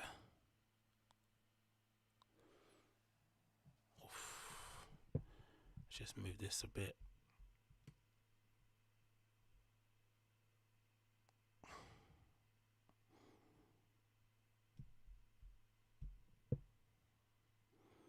Let's move that again. Oh, you get knocked down again. I just missed that. Oh yeah, he's getting knocked down. Second round already. Holy smokes. Come on, Aljamain Sterling. You gotta get up, brother. You gotta get up. Oh, he went there for an axe kick on the floor. Holy smokes. What a war indeed. Aljamain Sterling's on his back. He's trying to do something here. His pitcher ain't gonna let him get up or no? He's not gonna let him get up, innit? Once he gets up, he's gonna kick him, innit? What's he gonna do? Once he gets up, he's gonna kick him, isn't he? He's not gonna let him get up. Oh yeah, he's still engaging. Okay, good work there from Aljamain Sterling or Eva. It doesn't really matter who you think. Let's see here. They're both coming out swinging. Oh, good punches to the body there from Aljamain Sterling. Interesting. He's going for the takedown. I guess he's trying to match what Petroyan's output is, right? Interesting. Oh, he tried to go for one there. Didn't work out, did it? Still going for the double. Holy smokes, this is tight. This is tight. This is real tight. Good defense there. To some extent. Aljamain Sterling's got Petroyan pinned up against the side of the cage. Petroyan's defending pretty well, spreading his legs. Takedown defense is pretty strong from Petroyan. Should be no surprise, but he's no dummy to take down, man. He's no dummy. And Aljamain Sterling's grappling is pretty high level too, so this says a lot about the levels here. Aljamain Sterling's not giving up though. He's still trying to get that takedown. There we go. Oh, he didn't get it. Oop. Good work there from Petroyan. Oh, good as they release on the clinch. He's going for this takedown again as they release on the clinch. The flipping cardio on both of these guys is insane. Going for the body again. Oh, yeah. Aljamain Sterling. Volume of punches. He's throwing punches to the body. He's throwing punches to the face. He's just trying to smother Petroyan here in the second round, it feels like. He's trying to get I guess, his hands around One leg there to bring it. They got a single leg here. Trying to get his foot over to bring him down, but Petr Yan's defense of the takedowns is stupendous. He's on one leg balancing the athleticism, man. Jesus Christ. And just, refusing to go down. Aljamain Sterling's out stomping on Petr Yan's foot to try and get that foot to loosen up a little bit so he can maybe, distract Petr Yan's attentions and then maybe try and spin around, I guess, or maybe push downwards to get Petr Yan down with this single leg. He spent a lot of time holding this leg though. Not much is going on here. I'm sure how much this is actually going to help or hinder Aljamain Sterling's chances of winning this round. Again, I don't know who to go for in this round, man. It's so close. I say I might give a split decision. Good knee there from Petr Yan. And okay, come on, Aljamain. You got to get one takedown. You can't just be holding the leg this long, brother. Oh, okay. He's abandoning now. Okay, cool. Finally, punches there. Good uppercut from Petr Yan. Oh, he's trying to go for that spinning elbow. It's a bit telegraphed though, isn't it? It's a bit telegraphed, I'm gonna be honest. Even I saw that coming, and I'm a nobody. Doesn't really seem to have the power, and he's striking the same as Petr Yan, innit? What do you think? He keeps going for that spinning elbow. Oh, he's getting up his back again. This is a weird way of. Oh, Petr Yan's grappling is just on another level to Aljamain Sterling's, isn't it? He's taking him down every time he's tried. He's taking him down. It feels like he's got his back control. It's a good way to end the round for Petr Yan, isn't it? Oh, good punches there. This is a real champions level performance, I think, man. Oh, good performance. Jesus Christ. God damn it. Alright, let me get a drink. Bambara.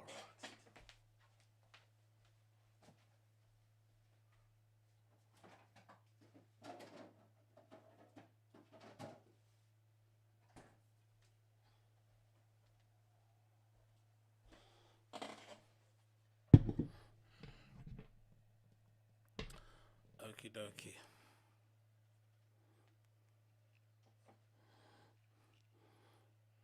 Yeah, that was a close one to call.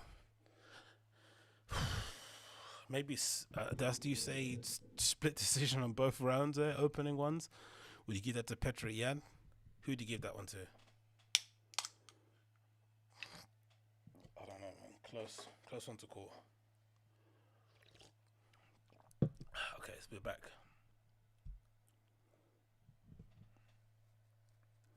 Come on. Okay, there we go. Third round now. Oh, good kick to the body there from Aljamain Sterling. Inside leg kick there from Petr Yan. Oh, mine's way quicker in it than the actual fight, but hey, what can you do?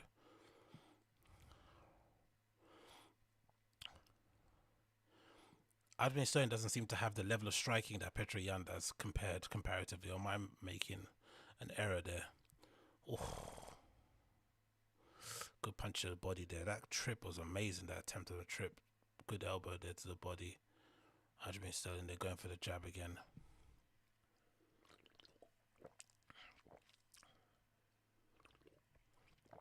Oh, good knee to there. Again,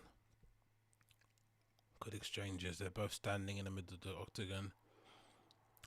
Oh, good punch there to the body from Petr Yan. Backside Aljamain Sterling up. Aljamain Sterling goes for a takedown. Nope, didn't succeed again.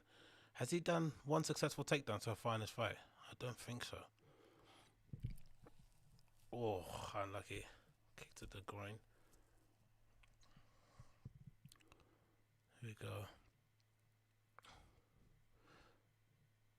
Petr Yan again, biting down, trying to bait thing. Oh, good little hooks there. Petr Yan striking's a lot more precise, I think. He's not throwing as much, but it's way more precise, and it probably just looks nicer to the eye. Oh, good kick there as he's coming the way out. Not a lot of calf kicks today. Aljamain Sterling's trying to mix stuff up again, changing levels, trying to go for the takedown. But Petr Yan isn't really bothered, innit? It doesn't look like. I think he knows he's not going to get taken down too easily by Aljamain Sterling here. Oh, there you go. Aljamain Sterling again. Loads of punches there to the body, to the face. The variety is good from him, but I just don't see changing there. Yan is serious. Yeah, Yan is another level. Oh, the jab, very good jab there. Pinned him back. Yeah, Yan is a... Oh, look at that sweep. That was a beautiful... That's some high... Is that judo, isn't that? Some high-level judo shit. He's done this a couple times. More than a couple times. Gather his breath. Walk around again. Oh, good right hand there for the chin. Aljamain Sterling needs to sit him down a bit if he wants to get this fight, man. This round. It looks like Yan is probably edging this. This is a bit of a champion's performance, man. He's keeping him up at bay. He's striking where it needs to be. Aljamain Sterling is trying to get some takedown, but he's not having any luck, man. Petr Yan's takedown defense is just superior. It's not happening.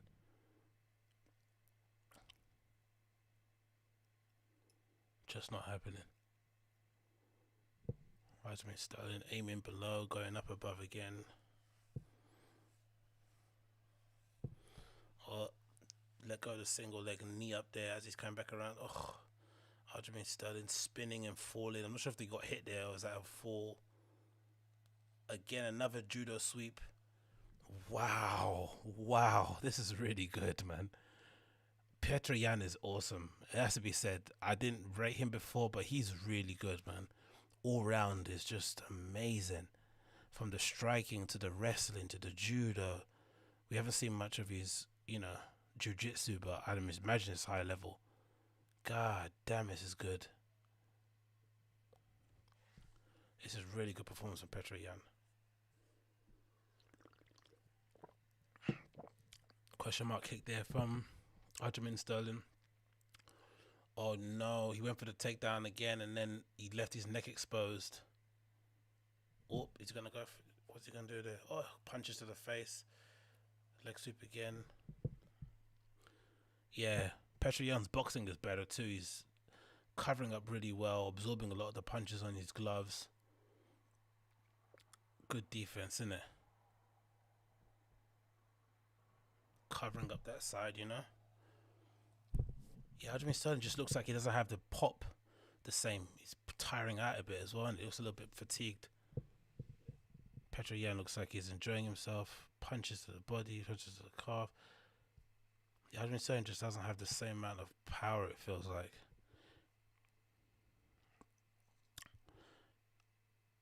Oh, here we go again. Petr Yan's wrestling is just, oh, every time he wants to take him down, he's taking him down. So far.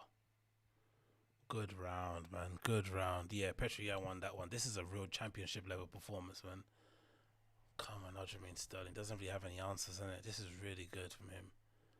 Oh. Yeah, good jab. Great punch to the body. His striking is just way more precise, it feels like, man. Aljamain Sterling isn't winning this, unfortunately. Look at that judo sweep. Oh, beautiful. Look at that.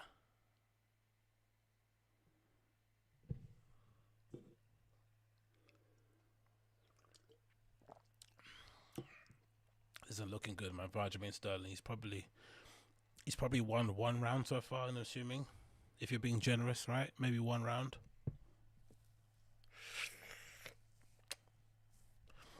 I don't think so, man. I think this is where the journey ends for him, unfortunately. Unless something really changes. Oh, sorry, let me get the timer back up again. What am I doing here?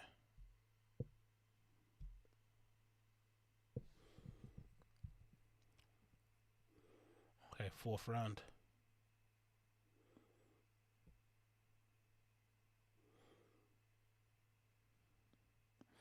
Okay, there's the body. Oh, wow, he grabbed the leg. Swoop down and start again. Wow. This guy is serious. Aljamain's been on the floor many times like this, isn't it? Many, many, many times. Kicks against the floor. What is going on here? Weird way to fight, isn't it, this? Strange way.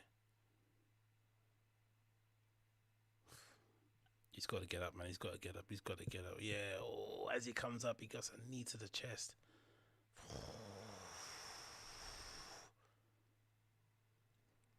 Come on, Aljamain, you gotta throw something, brother. He's losing this, isn't it?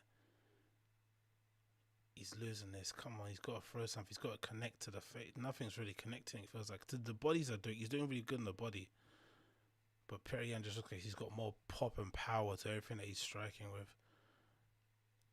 Ay, ay, ay, ay, ay.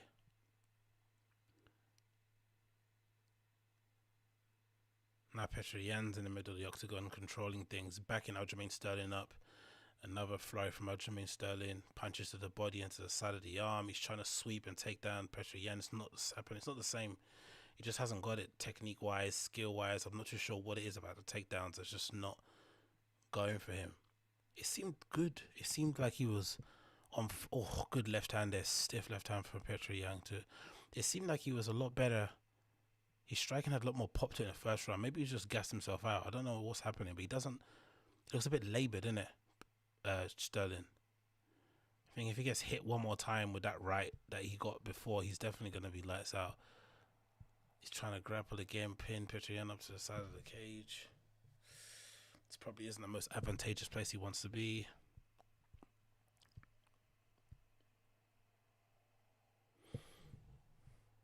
Oof. No, he took him down there.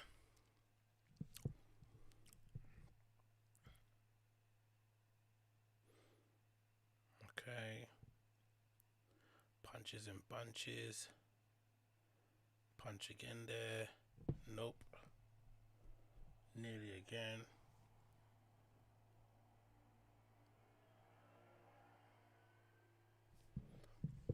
Oh God. Yeah, he looks a bit laboured. He's way tired, man.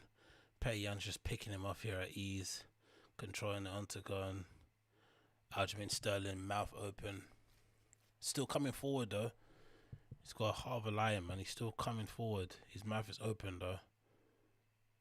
Open mouth, walking. Oh, he ate that left hand there. From. Oh, no, another trip. Yeah, don't get tripped again. This is gonna look bad on you, mate. Come on, Aljamain Sterling. Let those hands go, brother. Oh, Petr Yan, nice knee there on the inside. This is gonna go the distance. It feels like. Yeah. Unless something spectacular happens, these guys are respecting each other's skill level. Oof, good right hand there from Petr Yan. Stiff right hook. Nice left again from the outside. Good from Petr Yan. He's got great power. Oh, again. He's backed him to the side of the cage. Oh, knee to the face there. This is real clinic. Come on, Aljamain Sterling. He's looking to the ref for eye poke, but it wasn't. Every time he tries to take the takedown, Petr Yan is stuffing it again. He's not succeeded with a single takedown, it feels like. Oh, yeah, yeah, yeah, yeah. Oh, another punch there. Come on, last minute here. Last minute. Oh, left hand there from the side of the head from Petr Yan. Head kick there from Aljamain Sterling. He's shaking his head. Another attempt at head kick. He's trying to grab, trying to take it. Oh, come on. He gave his head again. What's he doing? Petr Yan's got him in this weird position where he looks like he's praying. Oh, a knee to the face. Is that legal? Is that legal? Is that legal? What the fuck was that?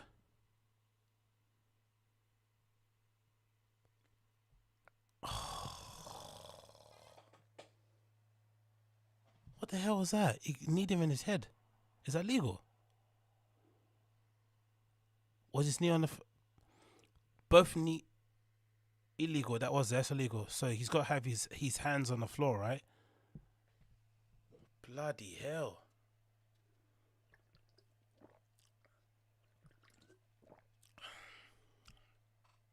Oh, he's dizzy, innit? Look, he's out. He's seeing lights. Holy shit. Holy fuck, he can't get up.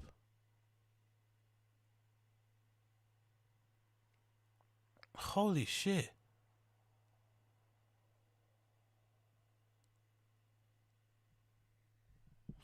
No, what's gonna happen here? He looks dizzy, innit? He looks dizzy. Holy shit. Wow. Holy shit, he's dizzy. He can't get up. Yeah, he's trying to get up. He is trying to get up. Look. He's trying to get up, innit? He looks dizzy. He looks concussed. Is he concussed? I think he's concussed. Oh no. Is he crying? He's concussed. He can't even sit up straight on the floor. You can't let this fight continue. Surely they can't let this fight continue. This is insane. Aljamain Sterling's on the floor here. He's blinking furiously. He's staring off into the distance. One of the medical team is in there. He's lying now. He's back on his floor, on his back again. This fight's over. They have to call it off. I know it's a championship fight, but they have to call it off. He's on his back again. He can't see anything. He's lights out. Does Petr Yan think Aljamain Sterling's faking this? But he doesn't look like it. He can't even get up from the floor, off his back. He doesn't look like he's... Or do people think he's faking it or what? But I don't think so. He looks really out. He looks dizzy. Or maybe there's a way to fake this. I don't think so. He did look tired. He's responding pretty well to the doctor. He's on his back.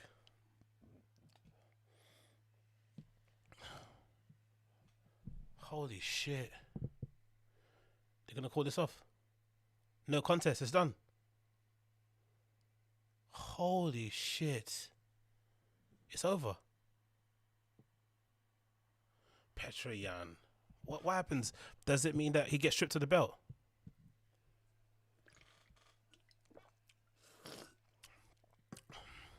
Does he get stripped of the belt? What happens here? Someone tell me what happens. What happens here? Does he get stripped of the belt? Because I can't hear the commentator, so I would like to know what happens. Does he get stripped of the belt? Petr Yan's now... It looks like he's crying, man. He's got his head in his hands. He's really pissed off. Is this fight over then? All that training for nothing, isn't it? This call should never be on the fighter. Plain and simple. With a shot like that, it's over. Doctor needs to do his job and walk in. It's over. So what? Did Aljamain Sterling give up or what? What happens? How do they judge that? If that's a legal strike, that's not his fault though, does it? He's really emotional. He can't see still, can he? God damn it. He's still dizzy. Look, he still can't get up properly. He's wobbly as fuck.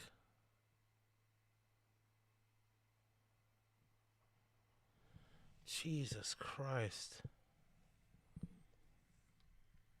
So what happens here then? Does Petr Yan still... Yeah, no hands. So you're meant to have one hand on the thing, right? That's a legal strike. So what happens? Does he get stripped to the belt? Does he lose? Does he forfeit this? What happens? God almighty. Look, he's absolutely out, innit? What did he say? Does Aljamain Sterling say he's out and he's done?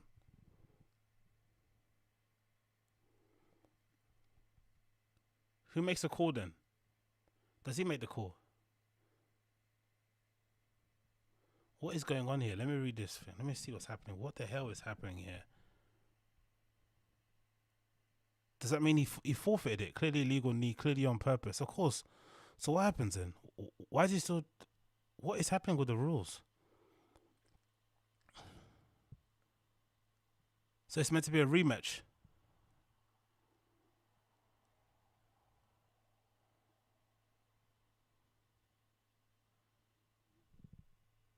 Why is he raising up his hand for? What happens here? Who wins this? Illegal knee, what happens here? Does he give the belt to Petr Yan or does he give the belt to... So what, he won the belt, how? By an illegal knee?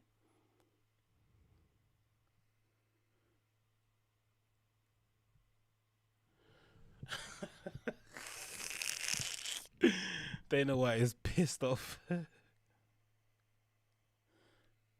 Retains the title even with a knockout.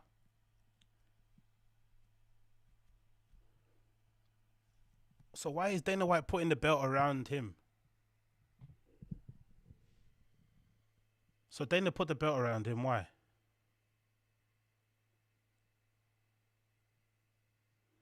What's happening here?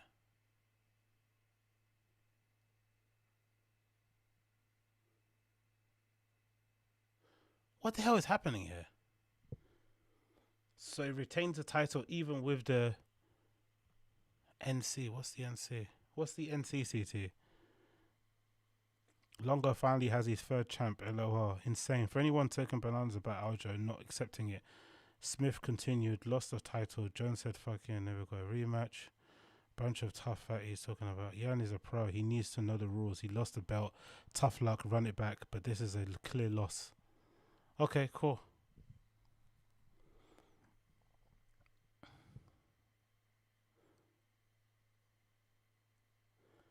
So people are criticizing. So what? Are people saying that Sterling is acting? That people are saying on the thing. People are saying he's acting like he's Daniel Day-Lewis. Absolute bullshit. Oh man, what a shit show. How effing stupid is Jan? You could argue that the commentating team hasn't really condemned Jan actually aggressive way. Bruv, this is so weird. I'm so confused. So if it's an illegal knee, technically that means that you forfeit the fight, right? Jan kept the belt. Rematch, no contest. Okay, rematch. Okay, no contest. Okay. If Jan keeps the belt, then why did the belt go to Sterling? He just got knocked out and knee to the head, and they're still giving him flipping interviews with the UFC.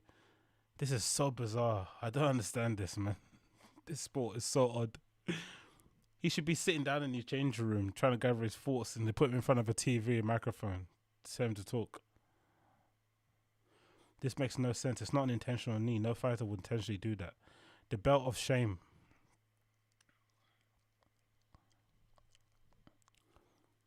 Hold on. So if Jan retains the belt, why did Dana White put the belt around Aljamain Sterling then? I don't understand that.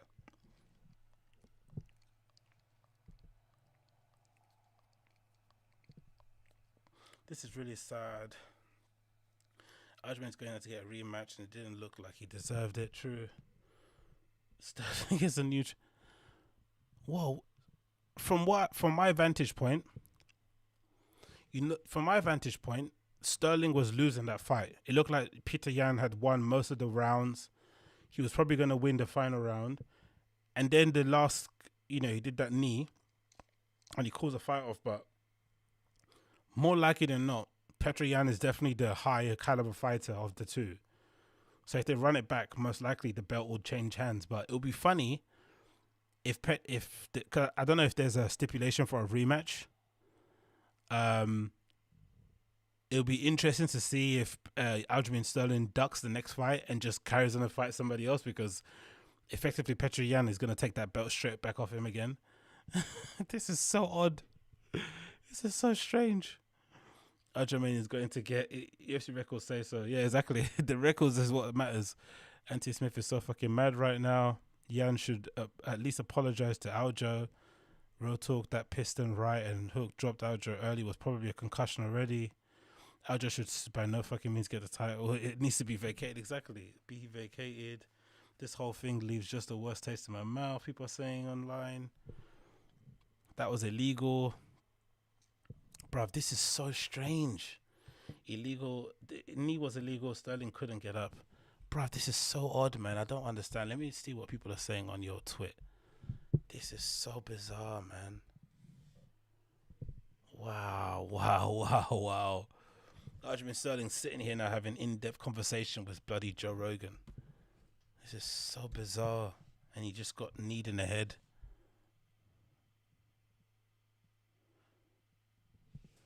Okay, let's see what people are saying here. This is so odd.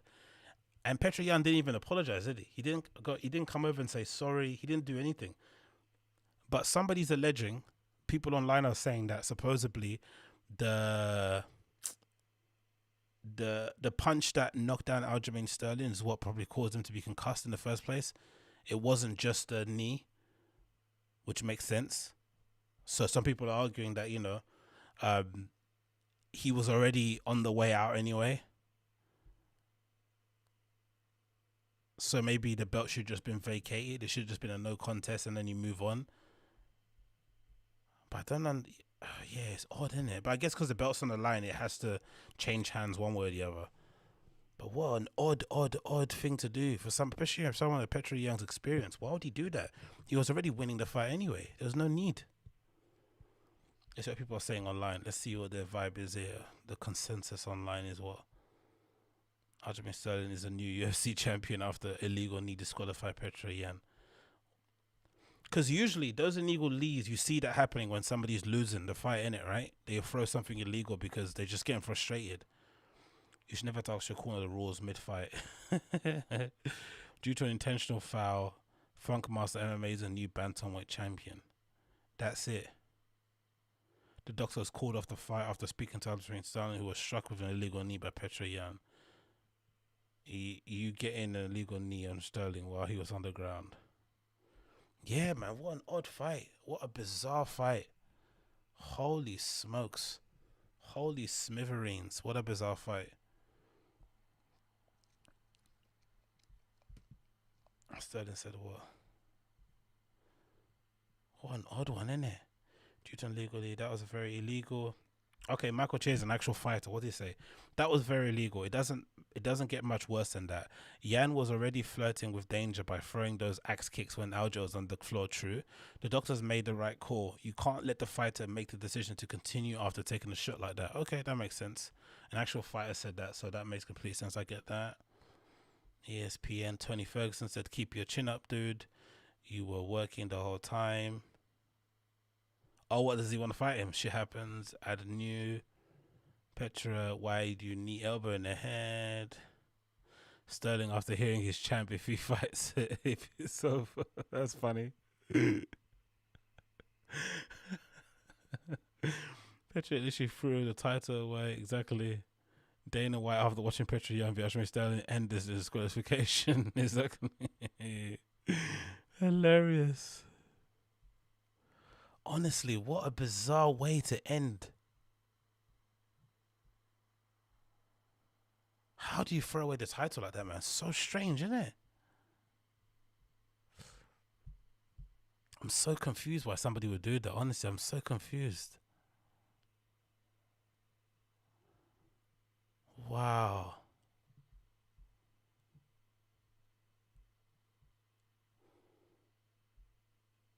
Anyway, there we are, innit? And new. We have the and new there. We have the and new. We have the and new. What a crazy fight, man. What a crazy fight. Utterly bizarre. But anyway, what can you do? Again, big up everyone tuning in. Make sure you smash that like button for me. You know, doing the damn thing. Click and subscribe if it's your first time on the show, of course. I'm doing, live watch along. I've got a little timer that I'm using to count down some of the rounds so you can keep an idea of where I'm at in terms of the fight in general. So definitely make sure you're smashing that like button for me. That'll be much appreciated. But yeah, crazy fight, man. I did not expect it to win that way. Honestly, Petr Yan was winning, right? Every round I felt like maybe he won 4 out of the 5 or maybe 3 out of the 4 already. And he just threw it away. For what reason? I have no idea, man. How utterly odd. Legitimately one of the oddest things I've seen in a long time. I just can't get my head around it. Because I guess usually with a knee, you're meant to, wait for somebody's hand is touching the canvas. Now Megan Anderson versus Amanda Nunes. This is going to end so badly for Megan Anderson, it feels like. But maybe I'm wrong here. It's official. UFC, kayfabe, WWE game. Just saw the replay. Legal as fuck. Fucking Yan. Pissed at Yan's decision making here. Megan Anderson's heading into the octagon now. She's massive, innit? Like height wise and just lanky. Her wingspan is nuts. She could easily been like a volleyball, netball player or something. She's got a mad reach in it. Her length, like her arms are like trees, bruv, branches, like. But again, it's a skill. It's a skill. Does she have the skill? And I just don't think so. Pissy and decision making. So many keyboard warriors in here. I wish one of them would hit you in the knee to the face. Yeah. Sana Hagen will sleep, Jan. Really? No, I don't think so. Joe Rogan, why would you pile it on dude when he's all feffed up? Yan gave up his belt. Has nothing to do with Aljo winning or losing. Also, did Yan vacate the belt because of the illegal knee? He gets to choose, so he did it. Okay, I understand what's happening now. Sterling had time to recover, but there is no recovery from bad acting.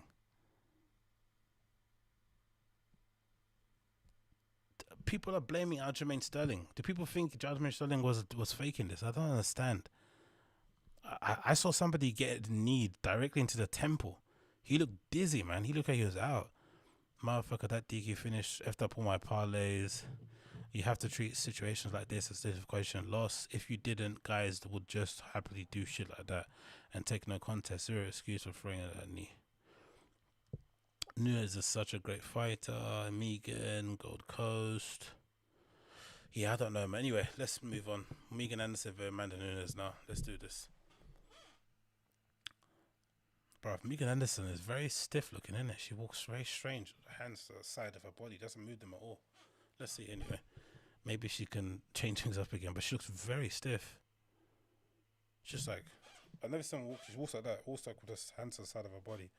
Don't move them at all. Very odd way of walking, but you know, maybe she's just got the power in the punches, but I don't see this ending any other way but a convincing Amanda Nunes victory, man. But maybe I'm wrong here. The champion is walking in, the lights are dimming. Oh, yeah.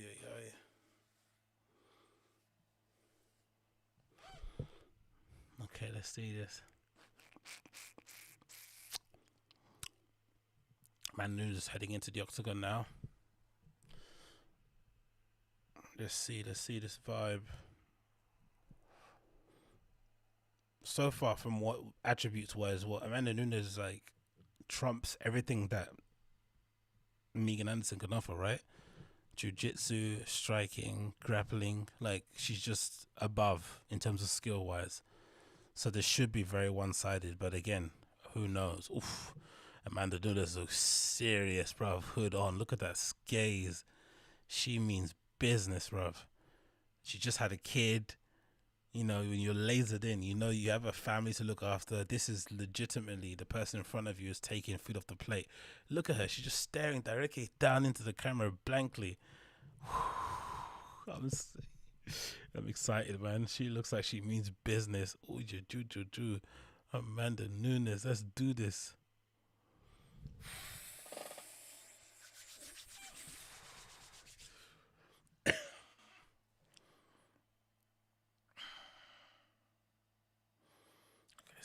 Let's do this. Holy shit.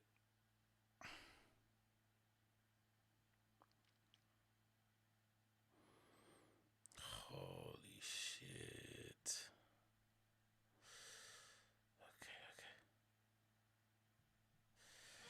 Okay, she's just about to put a gum shield on. There we go. Hugs for the team. There we go. Hugs for the team. There we go. Okay.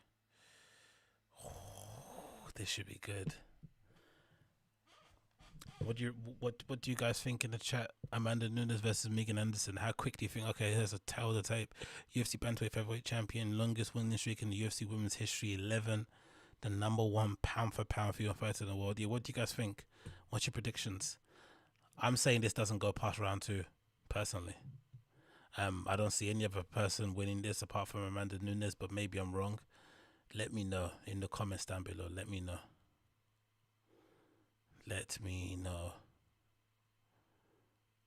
Oh, Amanda Nunes. Come on, this is going to be fun. Holy shit.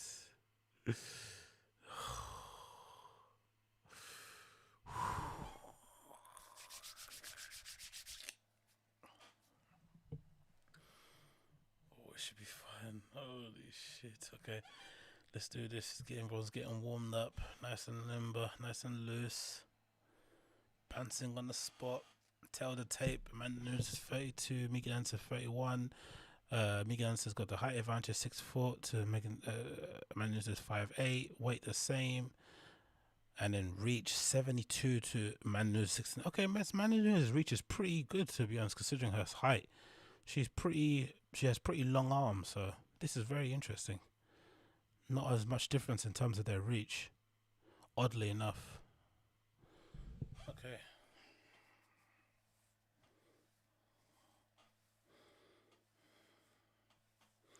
This should be fairly one-sided. I don't think this is going to go any other way, to be honest, but maybe I'm wrong. But it should be very, very one-sided fight here. Jason Herzog, the referee.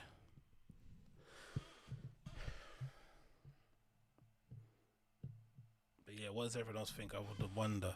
I'm assuming everyone's assuming Amanda Nunes is winning this, right? There's no other person who's going to win this, from the looks of it.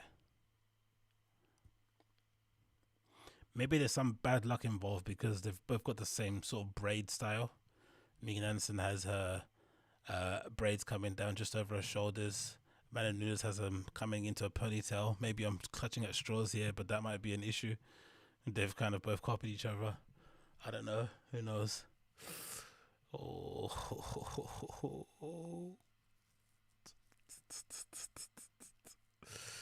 Here we go. Here we go. Amanda Nunes is not even turning around. She just faced out the other side of the cage. She's charging herself up. She's just not bothered. She's only going to turn around when the fight starts. Interesting approach. She's got her back to the opponent the entire time, and the announcer, Bruce Buffer, she's not even turning around. She's holding onto the side of the cage and just facing towards her coaches. She's not even turning around the entire time. Interesting approach. She means business today, innit? Oh no, she turns around. Cool, there she goes. There she goes. There she goes. Okay, here we go. They're meeting in the middle of the center of the octagon. Okay. Is there fear in Megan Anderson's face there a little bit? She looks a little bit white already. She looks pale. Is there fear in her heart already? Ring card girl's taking a seat. Okay, here we go. Here we go.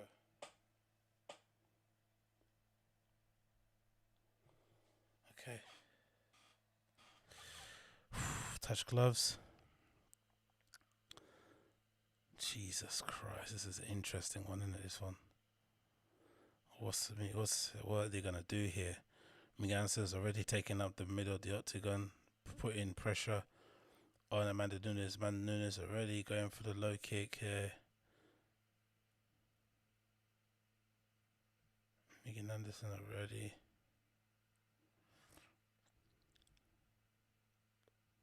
Switching stances, there she goes. Fainting already. Nearly there. Good takedown defense there from Megan Anderson. Calf kick already there from Amanda Nunes. Good jab. Commanding the center of the octagon here. A lot more power behind there. She put like a tank, innit? Even though there's not much difference in terms of what they look like in terms of to the eye. But I'm sure if you stood them side to side, there would be a big difference. A big looping overhand right there. Oh, big uppercut already. Oh my God. Oh my God. Megan Anderson's wobbling already. She's wobbling already. She's wobbling already. She's wobbling already. It's the first round. She's wobbling already. Oh my God. Oh my God. Leg kick there to the side. Calf kick. Oh, she's on top already. Oh my days. It's over. Ground and pound. Oh shit. Holy shit. Oh fuck. Oh my God. She's gonna choke her to death already. She's almost going for her back already.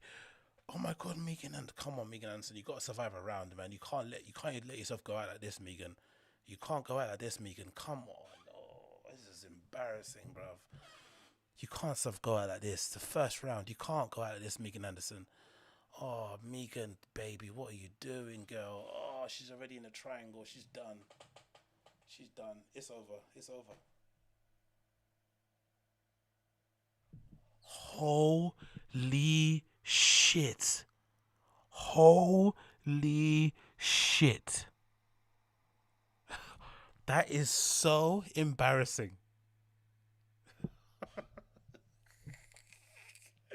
That is so embarrassing. Bruv, that's so embarrassing. I know Amanda Nunes is really good, but that is embarrassing. Oh my God.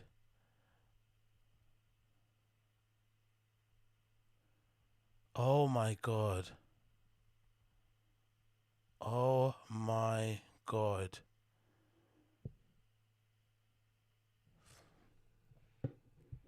There was that jab, that was an overhand right to the temple, and then Megan Anderson's lights went out already. Another miss with the right there. She was trying to feint, trying to wait for a takedown. Amanda Nunes stuffed it, reversed it, got Megan Anderson on the back too easily, and then from there it was just wrapping it. Oh. Amanda Nunes, man, Megan's eyes. Yeah, exactly. Dead ahead, like she know what to do. Bruv, to be honest, Megan Anderson has no business being in the same octagon as Amanda Nunes. No business whatsoever. She has no business being in the same ring as her. That is so embarrassing, man. Holy shit.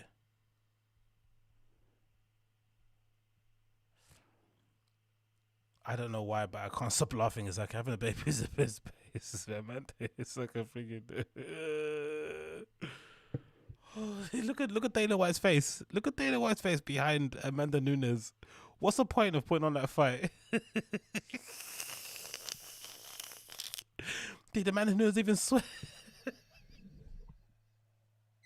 Megan Anderson, she's so.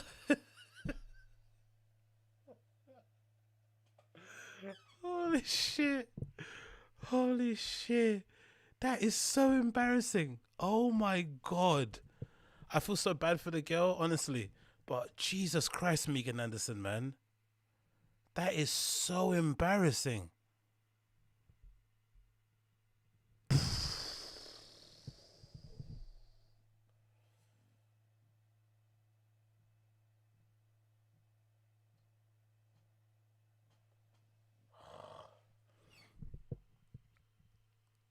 That is so embarrassing.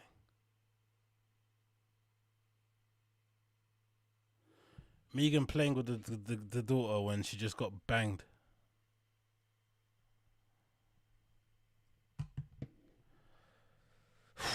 Yeah, Jones, deer in the headlights for sure, man. This is so embarrassing. Oh my God. Oh my God. Stefan Struve of women's MMA. People are saying online. I wish Nunes had held me like that. Amanda could sit out for 5 years and there still wouldn't be a woman greater than her. Nunes is Cejudo. You know, yeah, that's what I'd like to see. Let's see. Can we see Amanda Nunes versus Henry Cejudo, please? Is that possible? I'm convinced if Nunes just exclusively threw that straight right all fight, she would still win. Who's gonna? Oh, Jesus Christ, man. Holy shit. Oh, look at the little baby. Look at the little baby. So cute. Look at the little family. She just smashed her to pieces. Back to mummy duties at home. Wow, man. That is embarrassing, bruv. She got smoked.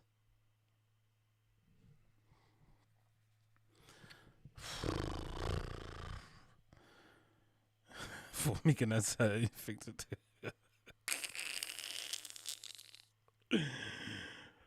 Holy shit.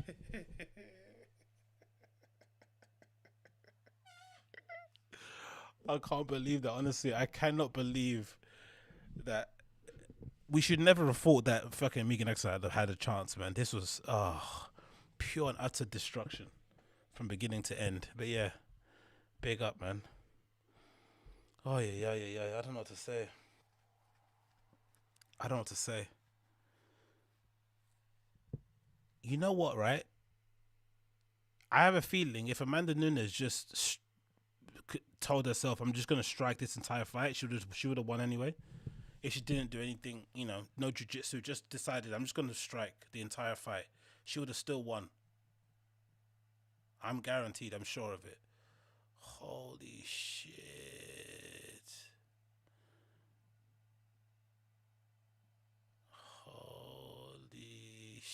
Shit, what a victory. Flawless.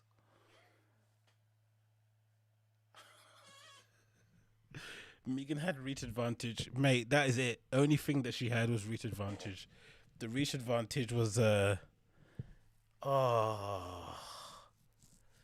I feel so bad for her, man. I really do. I feel bad for Megan Anderson. I'm not gonna lie. She has no business being in the same octagon as somebody that skilled. But you know, I guess you have to pay the bills in it. But Jesus Christ, she's not even sweating. She's not even sweating. Adesanya better win. The two ones just make sure. Oh my God, Megan looks terrible. She looks sickly. I honestly don't think Megan ever truly believed she could win. No, definitely. That's what I said. She looked very scared when she walked into the ring. If I remember, Megan Anderson, she had her arms to the side like that. Like she looked really timid. Like she just got put into a dare. Like even when she was coming out into the octagon, it just didn't look right. The look on Dana's face. Jesus Christ. Wow, man. That was an unfortunate event to watch. I'm not going to lie. Very unfortunate. Let's just hope Israel Adesanya wins this one, man, because this card has been a bit of a madness. The prelims were pretty decent, to be fair. The prelims were mad knockouts and shit, and TKOs. Alright? And then as soon as it head into the early prelims, it just went a bit... I think as soon as Dominic Cruz fought, it just went a bit off a hill. Split decision. And then from there, it just went... Meow. Holy smokes. Holy smokes.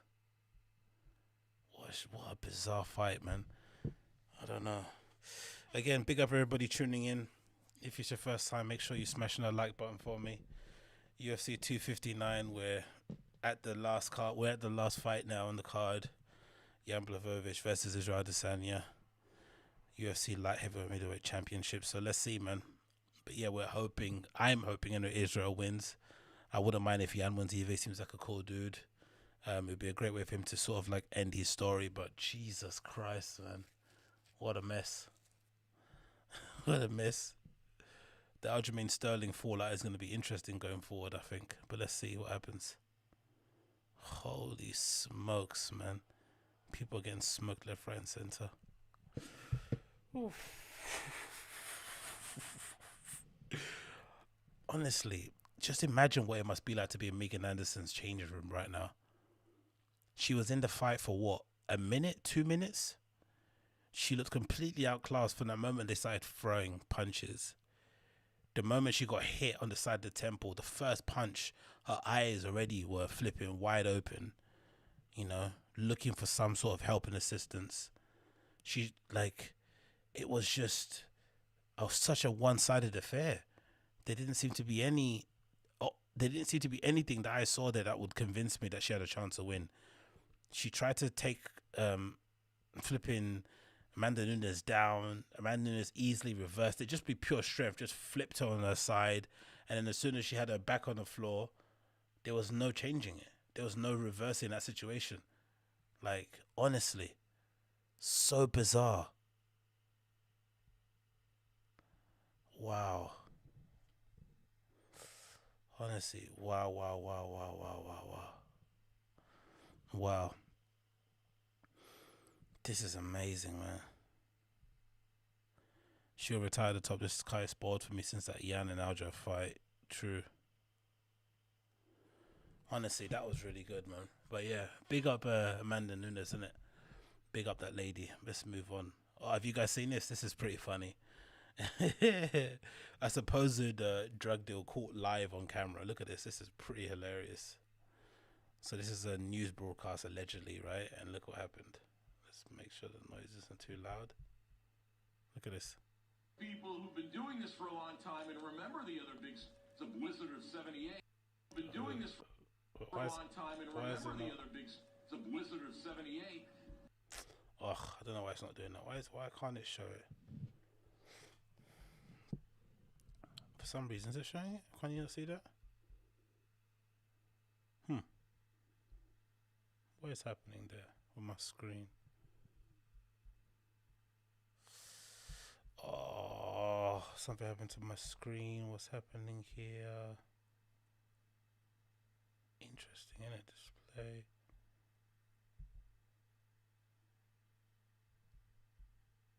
Oh, okay, that's why. Back again. Where is it?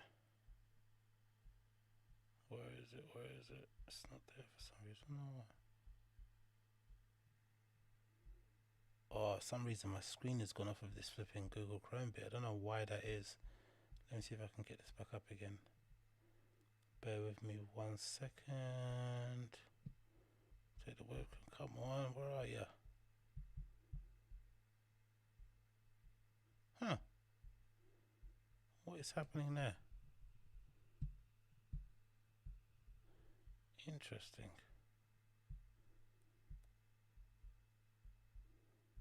Okay, let's do this again. Why is there only showing one screen? I have no idea. Alright, let's get this off. I don't know why this is doing this for. Alright, let's just switch this around.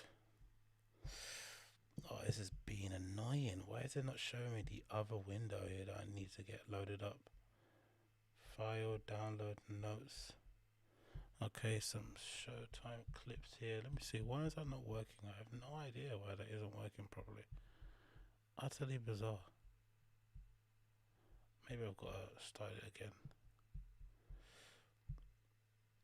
Interesting. It's so weird. Do I have to install another one? Maybe I do. Okay, let's just take this off then. Alright, let me see if I can remove this and then go again. For some reason it's not letting me.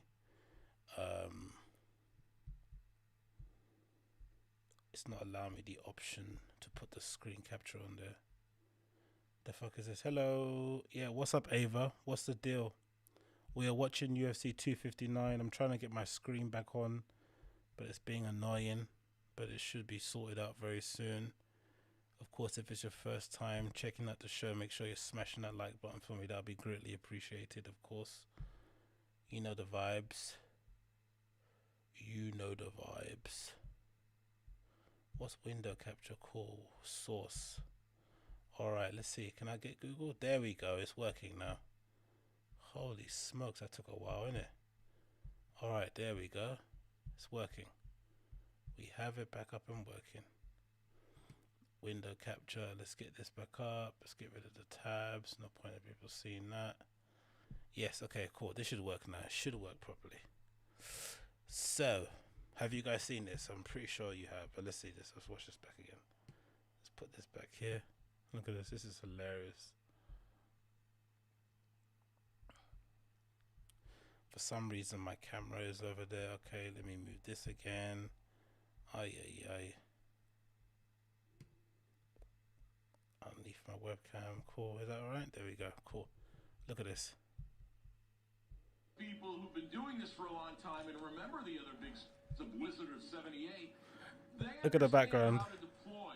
The problem is people can only plow for so long. They can only work for so long.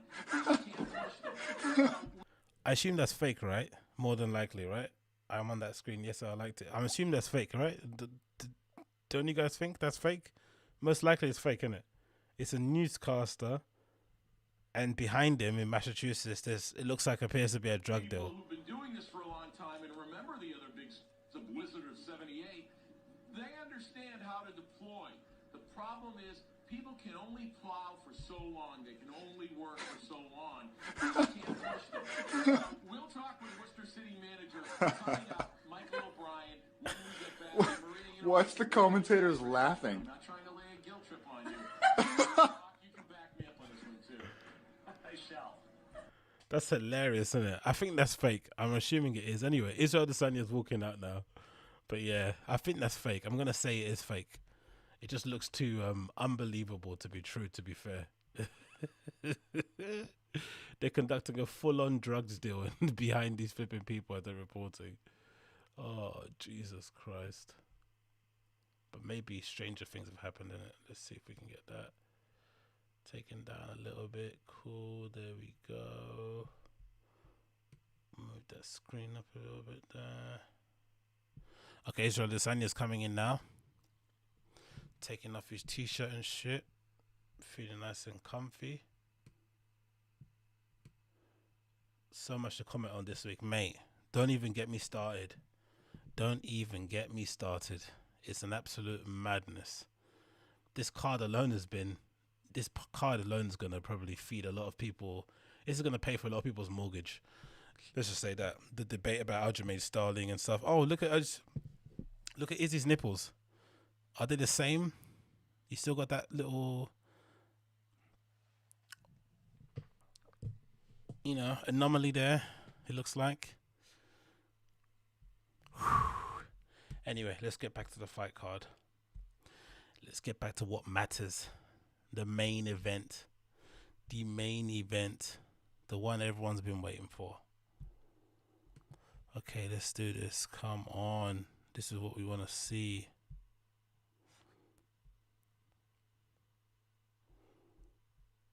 I'm nervous, man. I've got to be honest. I'm really nervous. I'm really, really nervous.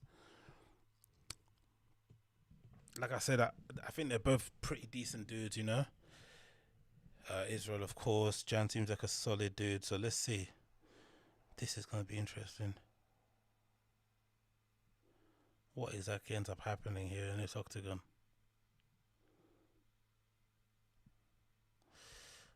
Oh.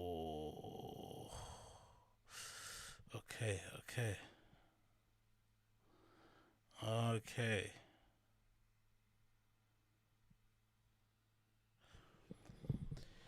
Israel looks very comfortable though. He's getting relaxed in the octagon. He's bouncing around. Loads of dancing and shimmying. He's feeling himself. He's feeling very, very comfortable. Okay, here we go, man.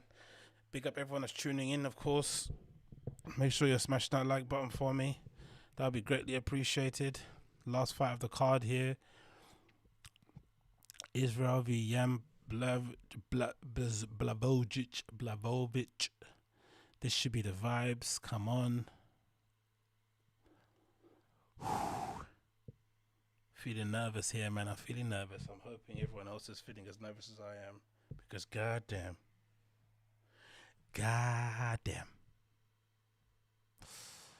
Okay, this comes out Jan. Jan's coming out right now. Got a little baseball cap on.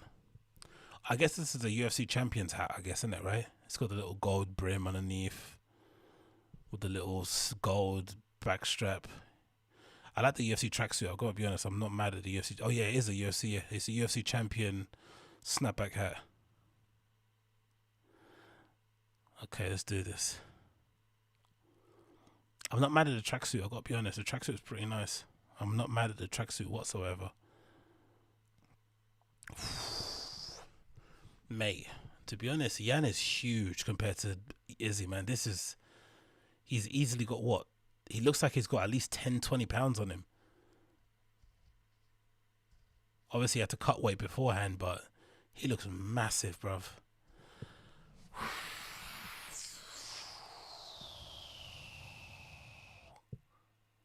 Okay. Here we go. Tell the tape. UFC lightweight heavyweight champion. Highest takedown accuracy among lightweights, 52%. 8 wins by knockout, 2 by submission, it says here. Effectively, everyone thinks the same thing, right? I'm assuming people are mostly vying for Israel. That's why he's probably the betting favorite. What do people think? I think the only chance Jan has to fight to win this is to, of course, take this guy down, take Izzy down, right? That's his main chance to win this fight. But I would like to know everyone else's opinion on this. What do you guys think? What's his main way of winning this?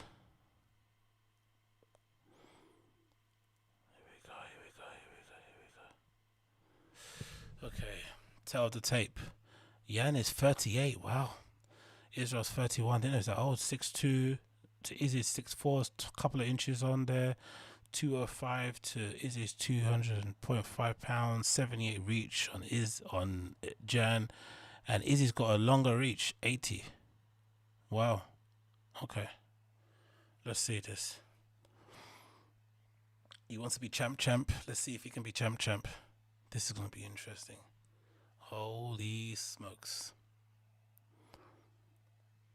Starbender by TKO. Head. Okay, let's see. You feeling confident here?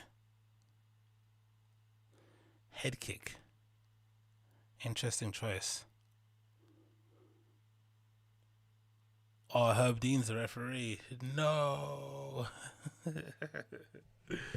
This guy, man. Holy smokes. Okay, cool. Okay, let's see this.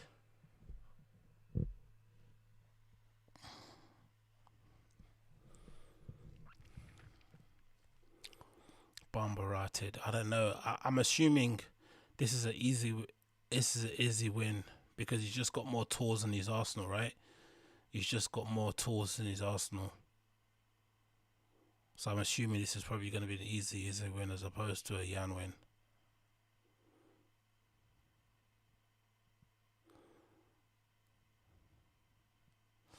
Okay, but he's massive, innit, Yan, here. When you actually seeing him in flipping light, innit, he is huge compared to Izzy. Let's see what happens. Yeah, Izzy looks really, really comfortable. He looks super chill. Very, very comfortable. Look at him. Crossing his arms, staring out to his opponent.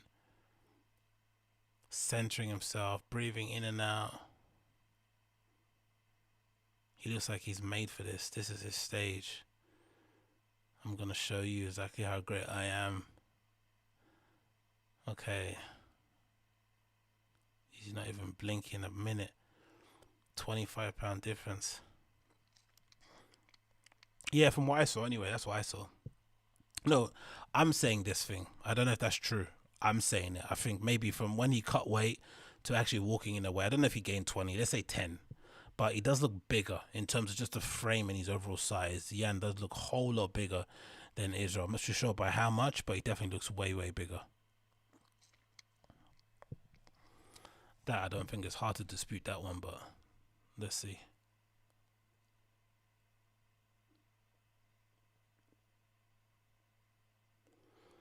Holy smokes. Okay. Again, big up everybody watching on the stream.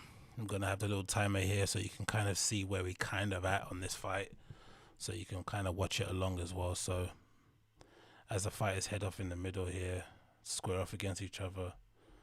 Let's see this. Let's do this. They're going to touch gloves here.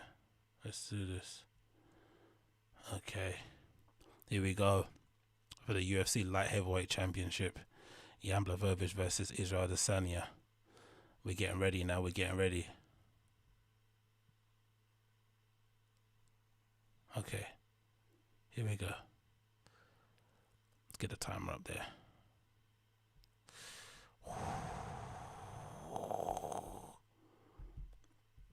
Ah. Oh, it's got the wrong screen. Sorry about that. Oh, man. Okay, let's just take this off. Actually, doesn't matter. Let's take that off for now.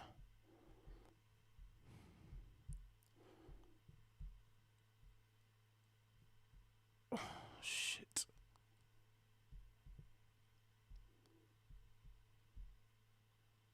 Here they go in the middle of the octagon, both facing off each other, not giving each other any room, not an inch spared, both center of the octagon. Is he fainting?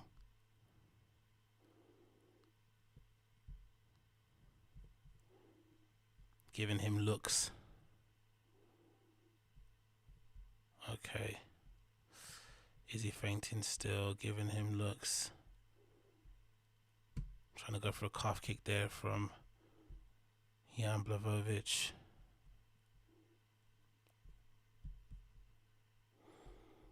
Uh-oh. Let's get this back down again. Bear with me.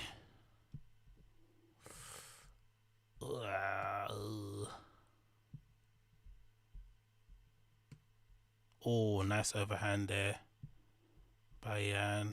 Oops, bear with me again. I'm messing things up here. Okay, cool. Let's get this back there. There we go. Oh, is that like a slight question mark kick there from Izzy? Let's get this back up again and centered. There we go. Let's get the timer where it should be.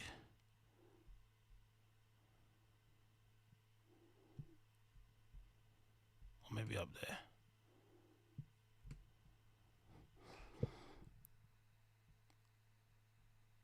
Oh, good question marky type kick there from Izzy.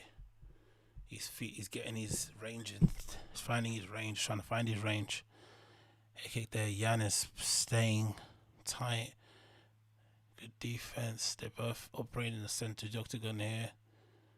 Izzy hands down. Jan pumping with the jab there. Kick on the outside leg. Izzy coming in, striking, off, peeling back.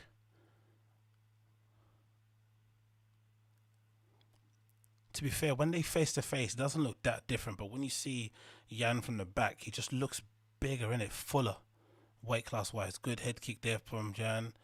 Izzy blocked that. He's feinting and he's moving. Is he biting on the feints? He's not really. Yan's keeping his hands low. Maybe he's trying to invite Izzy to come in so he can get a hold of him. No takedown so far from Yan, which I'm surprised by. Izzy going for the calf kicks. He's receiving and giving them. Outside calf kick again there from Yan, making Izzy switch stance. He's feinting, but Jan's not biting really yet. A little bit of a bite there. The small octagon doesn't favour Starbender, yeah, true. Oh, inside kick there again from Jan. Outside kick, sorry. Izzy inside leg kick there, calf kick. Oh, good hand over there on the other side. Kick straight down the middle there from Yan. Exchanges that with Izzy to jab to the stomach from Izzy. Izzy again. He's trying to invite Yan into his range of striking, I'm assuming. So you can obviously counter. Yan's not really biting though. He's fighting a very measured here. Oh, as he comes running in there, Yan with the left.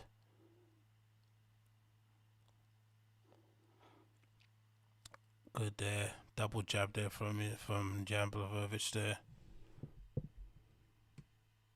Oh, good. Good left kick there to the body from Yan. Pretty even first round, to be fair. Oof. Is he still making him miss though? He's still making him miss. Oh, is that a head kick a little bit there? Question mark, another one type.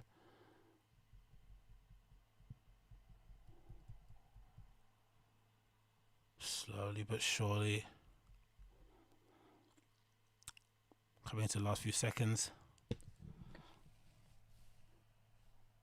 Oof.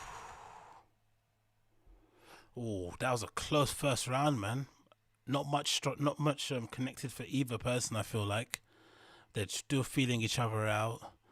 No one's giving each other any sort of space, no room. Very, very tight fight.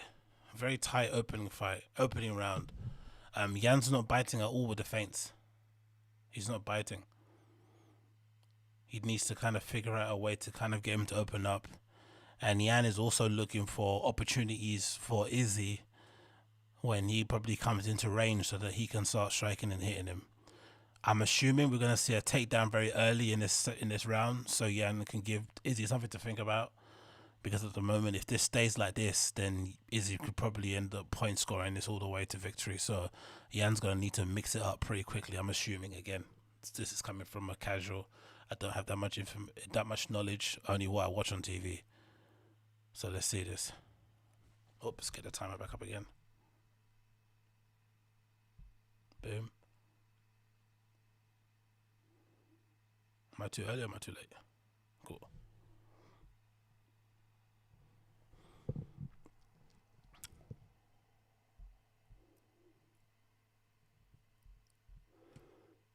Oh, the second round starts off a lot more quicker than the first round did. Yeesh.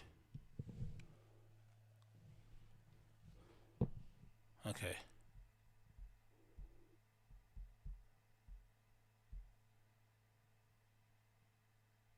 Oof.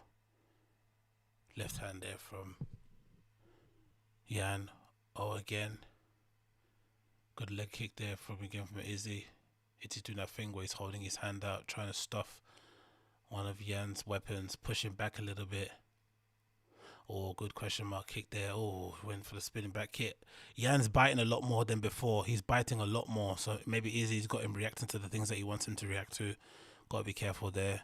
Yan's also stepping in, seeing if he can hit. Oh, good left hand there. Did that hit? Did that connect? Good left kick to the body. Good combinations there from Yan. Good combination. Left hook. I think left hook, right kick to the outside and left to the body. I think so.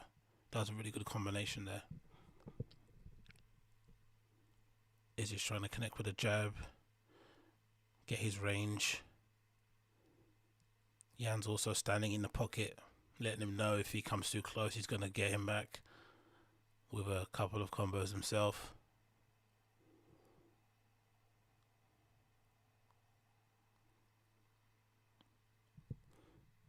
There we go. Izzy's backing Yan up to the side of the octagon. But Yan is also standing firm and not basically getting pushed around. He's trying to impose his will on the fight as well. I'm surprised Yan's not going for a takedown. I really am surprised. If he wants to give Izzy something to think about and really mix things up again, he should go for a takedown. Oh, Izzy went for a big, careful. He had a very spectacular kick there. Yeah, I'm surprised Izzy's not going for, Yan's not going for a takedown at all here. We haven't seen nothing from him in terms of takedowns.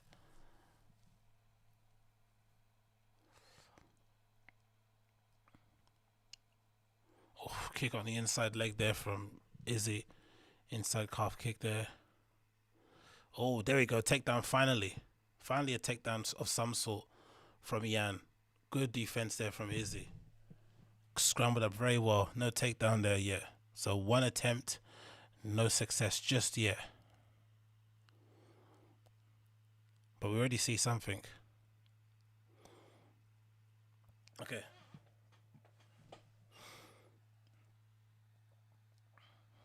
Okay. Good inside leg kick there from Izzy. Good inside leg kick. Oh, he's making Yan flinch a little bit. Yan's also licking his lips, knowing that he can come in and do that flurry as he comes in. Outside leg kick there from Izzy. Yan's leg, standing leg, is starting to swell up a little bit. Some red markings there.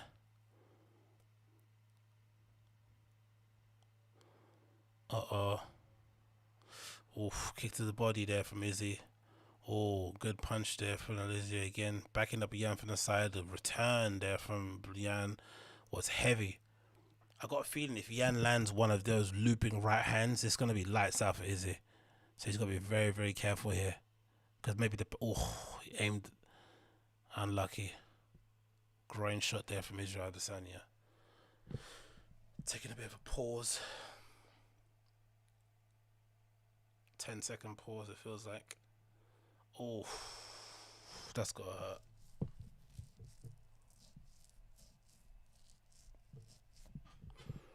Okay, they're back. Are they back? Yeah, they're back. What's happening on my screen? Inside leg kick again from Izzy.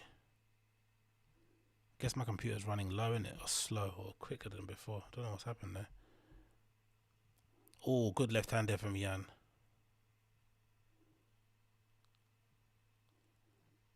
Last few seconds of the second round. Okay. Oof, okay. Decent that. Decent performance. Decent second round there. Go take that timer off. I think I'm a little bit back. What happened here? Inside leg kick. Let me refresh my window to make sure I'm in the right place. But I don't know. 2 rounds in, what would you say? I'd say probably Izzy's ahead on points. 2 rounds. I maybe give... Would you give Izzy both rounds? Maybe split the first and then Izzy takes a second. Why is it making me want to log in again? Oh, fucking hell. Okay. Let me log in then. I've got to log in again. Hopefully it serves up. Come on, hurry up.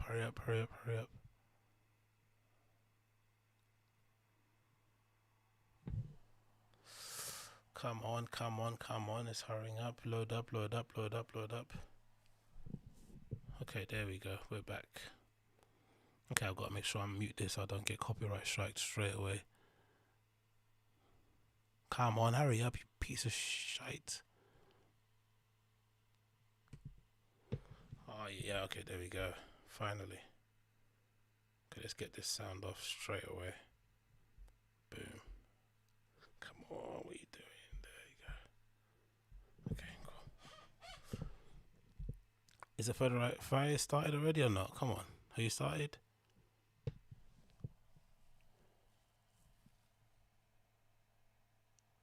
Come on, for goodness sake.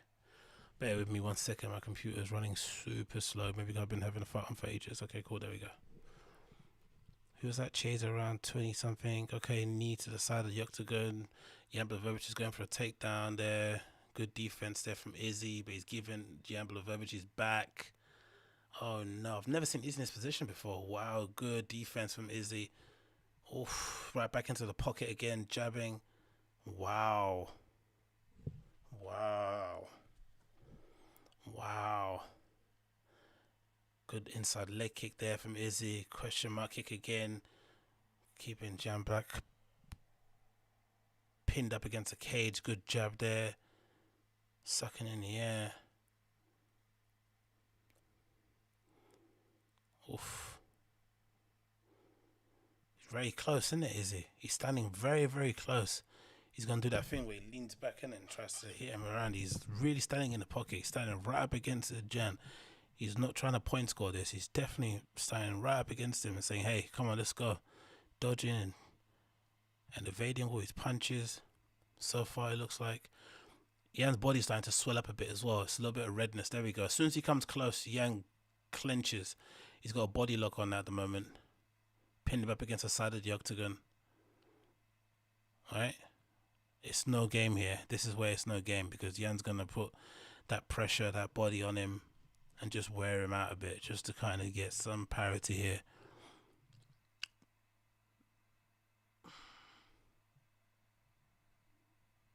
Okay.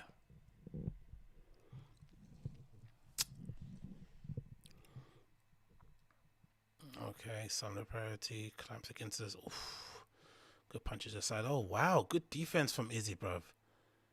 He's really coming out of these clenches, isn't it?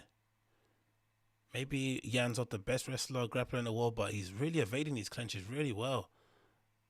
Not spending too much time in them. And then as soon as he releases himself, he's able to kind of exchange some punches. Can I say Jan Blachowicz' standing leg is somewhat compromised? He looks very, very swollen. His body is red along his ribs.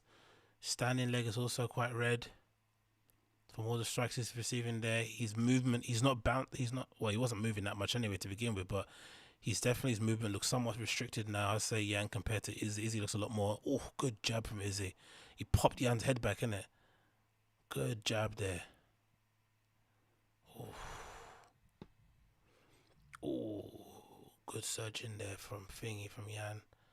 Inside leg kick again from Izzy. Going for the question mark kick again. Oh, punched there from the outside and inside the temple. That didn't work.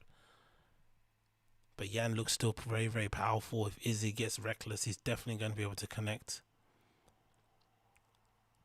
Izzy looking for openings. Still. Jan's down throwing out quite a lot, actually. As he rushes in, the right, left, and then the right, left hook, and then the left kick. It's sort of his trademark. As he's kind of moving to an angle to the side a little bit, it feels. Izzy is good left hand there from Jan. What are people saying here? Oof.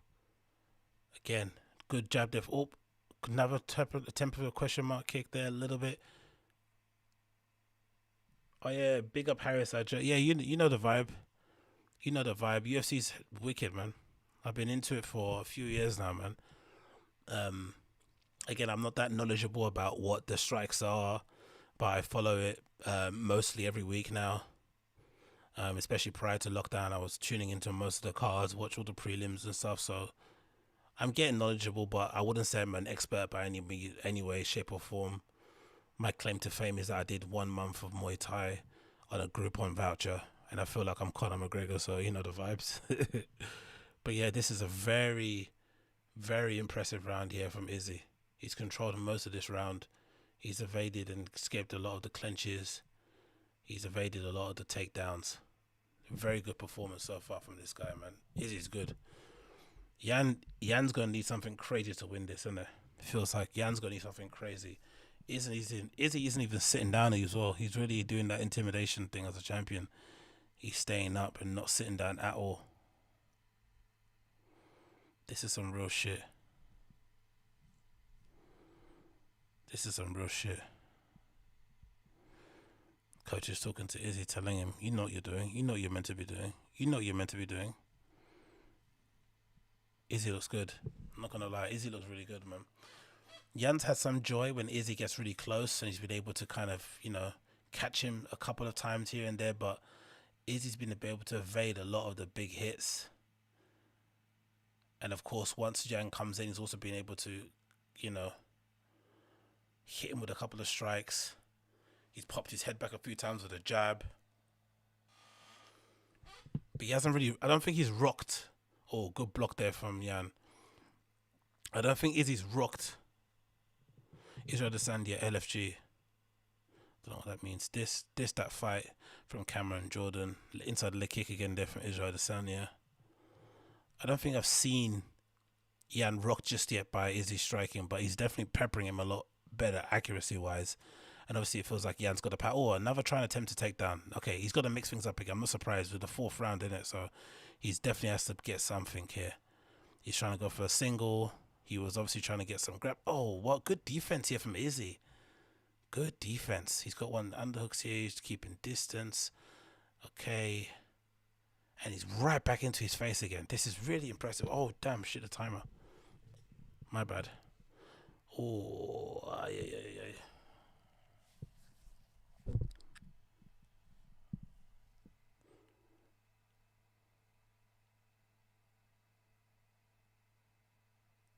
Okay, here we go again.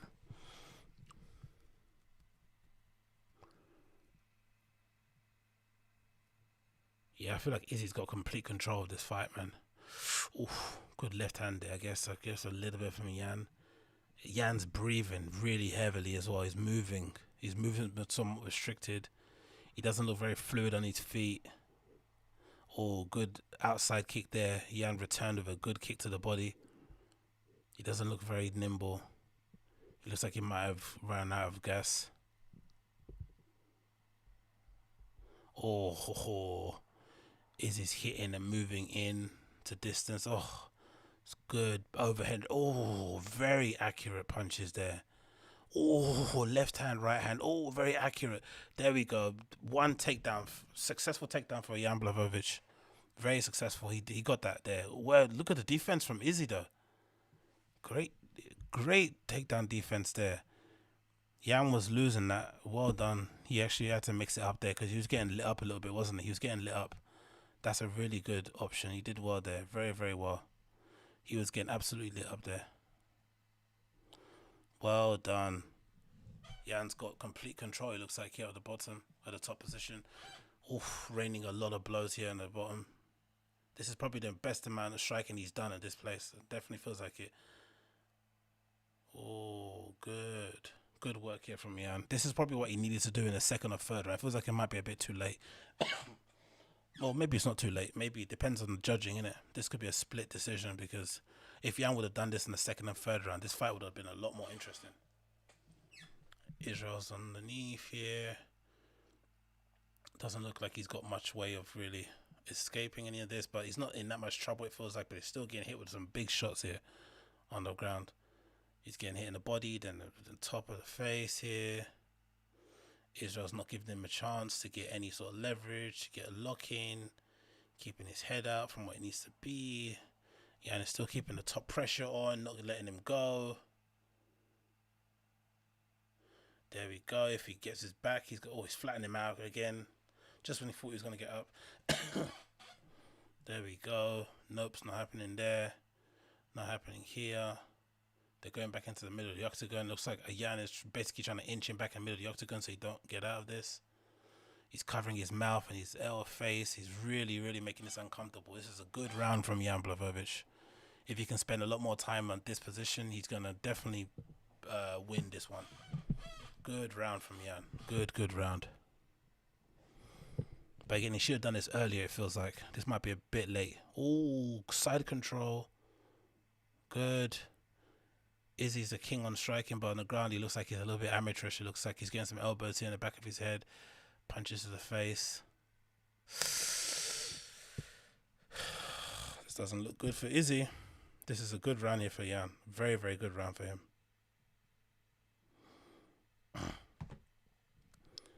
Very good round for Jan. Look at that. Oh, good control. Getting the punches in there. Very well done there. Very, very well done.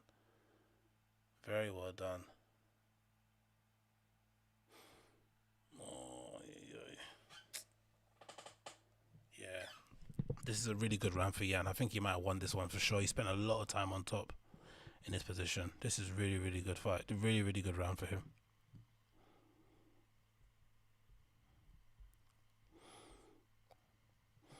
Yeah. What would you say? Would you say 2-2 round wise? Would you say 3-1?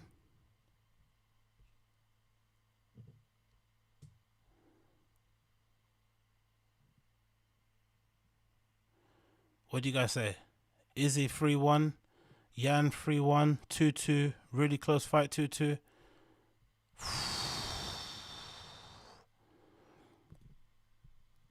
Yeah, man. This is what it is. At this level of UFC, you can't just get away with just striking. You have to be able to have the complete package.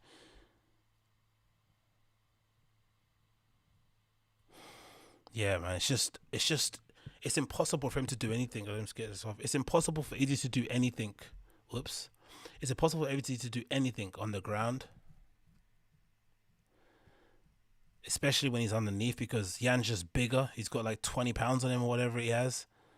So it's just impossible to do anything on that position. So the only way Jan wins this is if he gets back on top again. So he's just going to go straight for the wrestling. Has Israel deserved to win this? I'm not too sure, but he's champion in it, so he'll probably get the advice. He'll probably get the benefit of the doubt. Yeah, I say it's 2-2. I say close. I don't think it's 3-1. I think it's 2-2. I think it's 2-2. I think this is a championship round. This is going to be similar to John versus flipping Dominic Reyes. Definitely. I think this is going to be the same as John Jones versus Dominic Reyes, where if Jan doesn't seal this off, Israel's going to get given the benefit of the doubt because he's champion. So he's going to have to bite down on his gum shield and just go for it.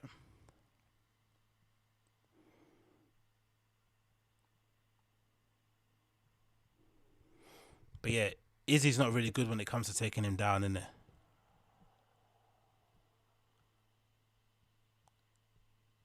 Oh, jeez, I shouldn't even. Okay, we're in the 5th round here. Come on. I'm really late with the timer, but you know where it's at.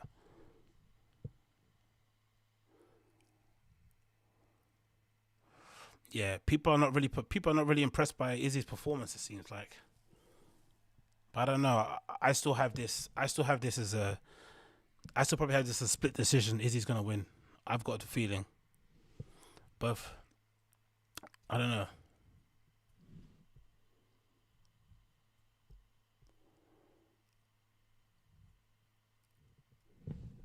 I feel like Izzy's maybe had the better connections, better striking hits. I don't know, man. It's just a very hard one to call this one. I gotta be honest.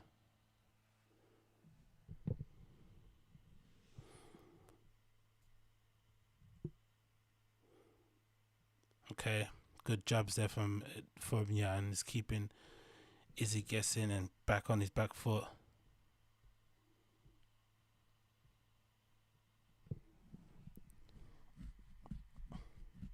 This is a hard one to judge. Everyone's really got a different view on where it stands at the moment. No one really knows.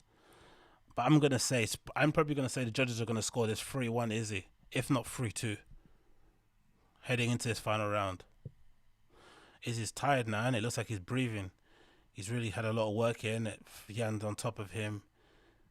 He's really, yeah, the fitness is dying. Oof, what's happening? Oh, is he fainting? Oh no, he's got another takedown.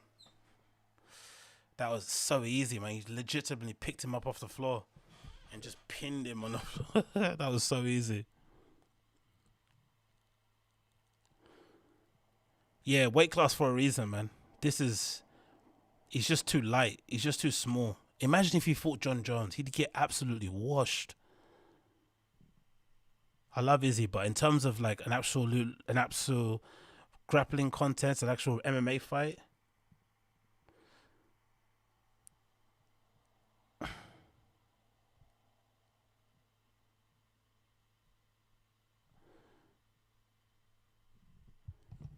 I want to hear what John Jones has to say as well when this fight's over. I definitely want to see what John Jones' Twitter is saying.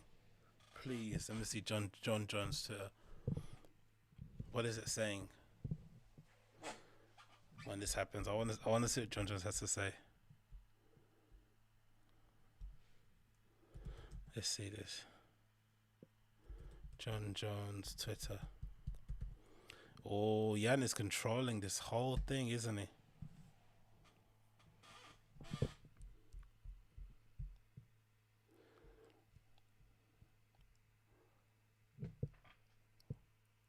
Oh, great ground and pound here from Yan in the last round. Great ground and pound. He's really controlling this fight. I don't know, man. I think Yan might. I think Yan might nick this on points, man. This might be a nickage. I want to see what John has to say when this fight's over. I definitely do want to see what he has to say.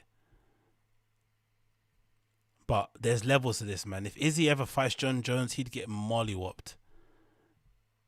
Because Jan Błachowicz is probably not on any kind of level of John Jones' grappling and whatever. I would like to see what happens.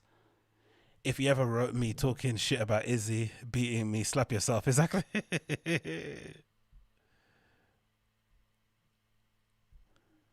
See, look at this. John Jones is already talking. Look at John Jones. John Jones has spoken.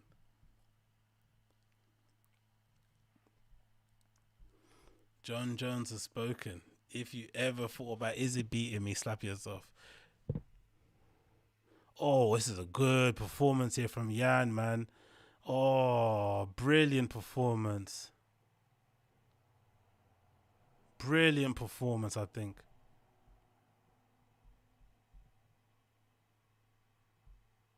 What do you think? What do you guys think? Who do you think won? You gonna go Jan Błachowicz, or you gonna say Izzy?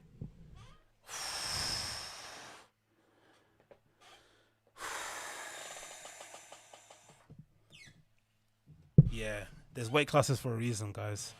There's weight classes for a reason. Oh, he's just a bigger guy, innit, man? It's just hard. It's just too big.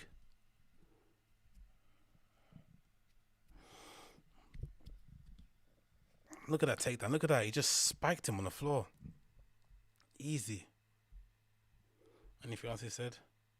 Great job. What else he say here? Yeah, never mind. That's not even worth my time. Can't wait to make this BGC already. John Jones is loving it. December is going to be great.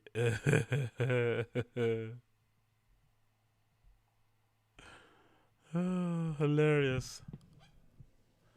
Let's see who won this. Let's see. Oh, let's get this time off, actually.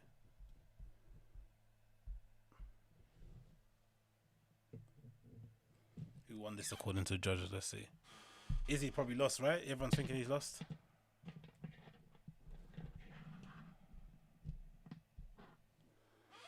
Good morning, yeah.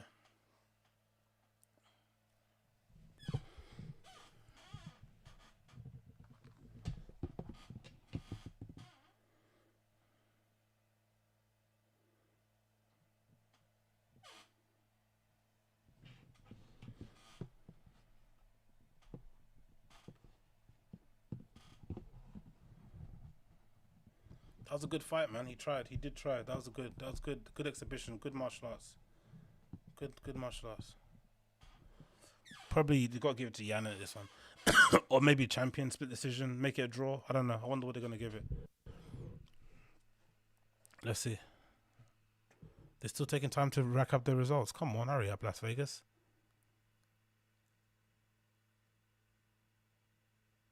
Look at the results. Okay, there you go. Here we go. Here we go.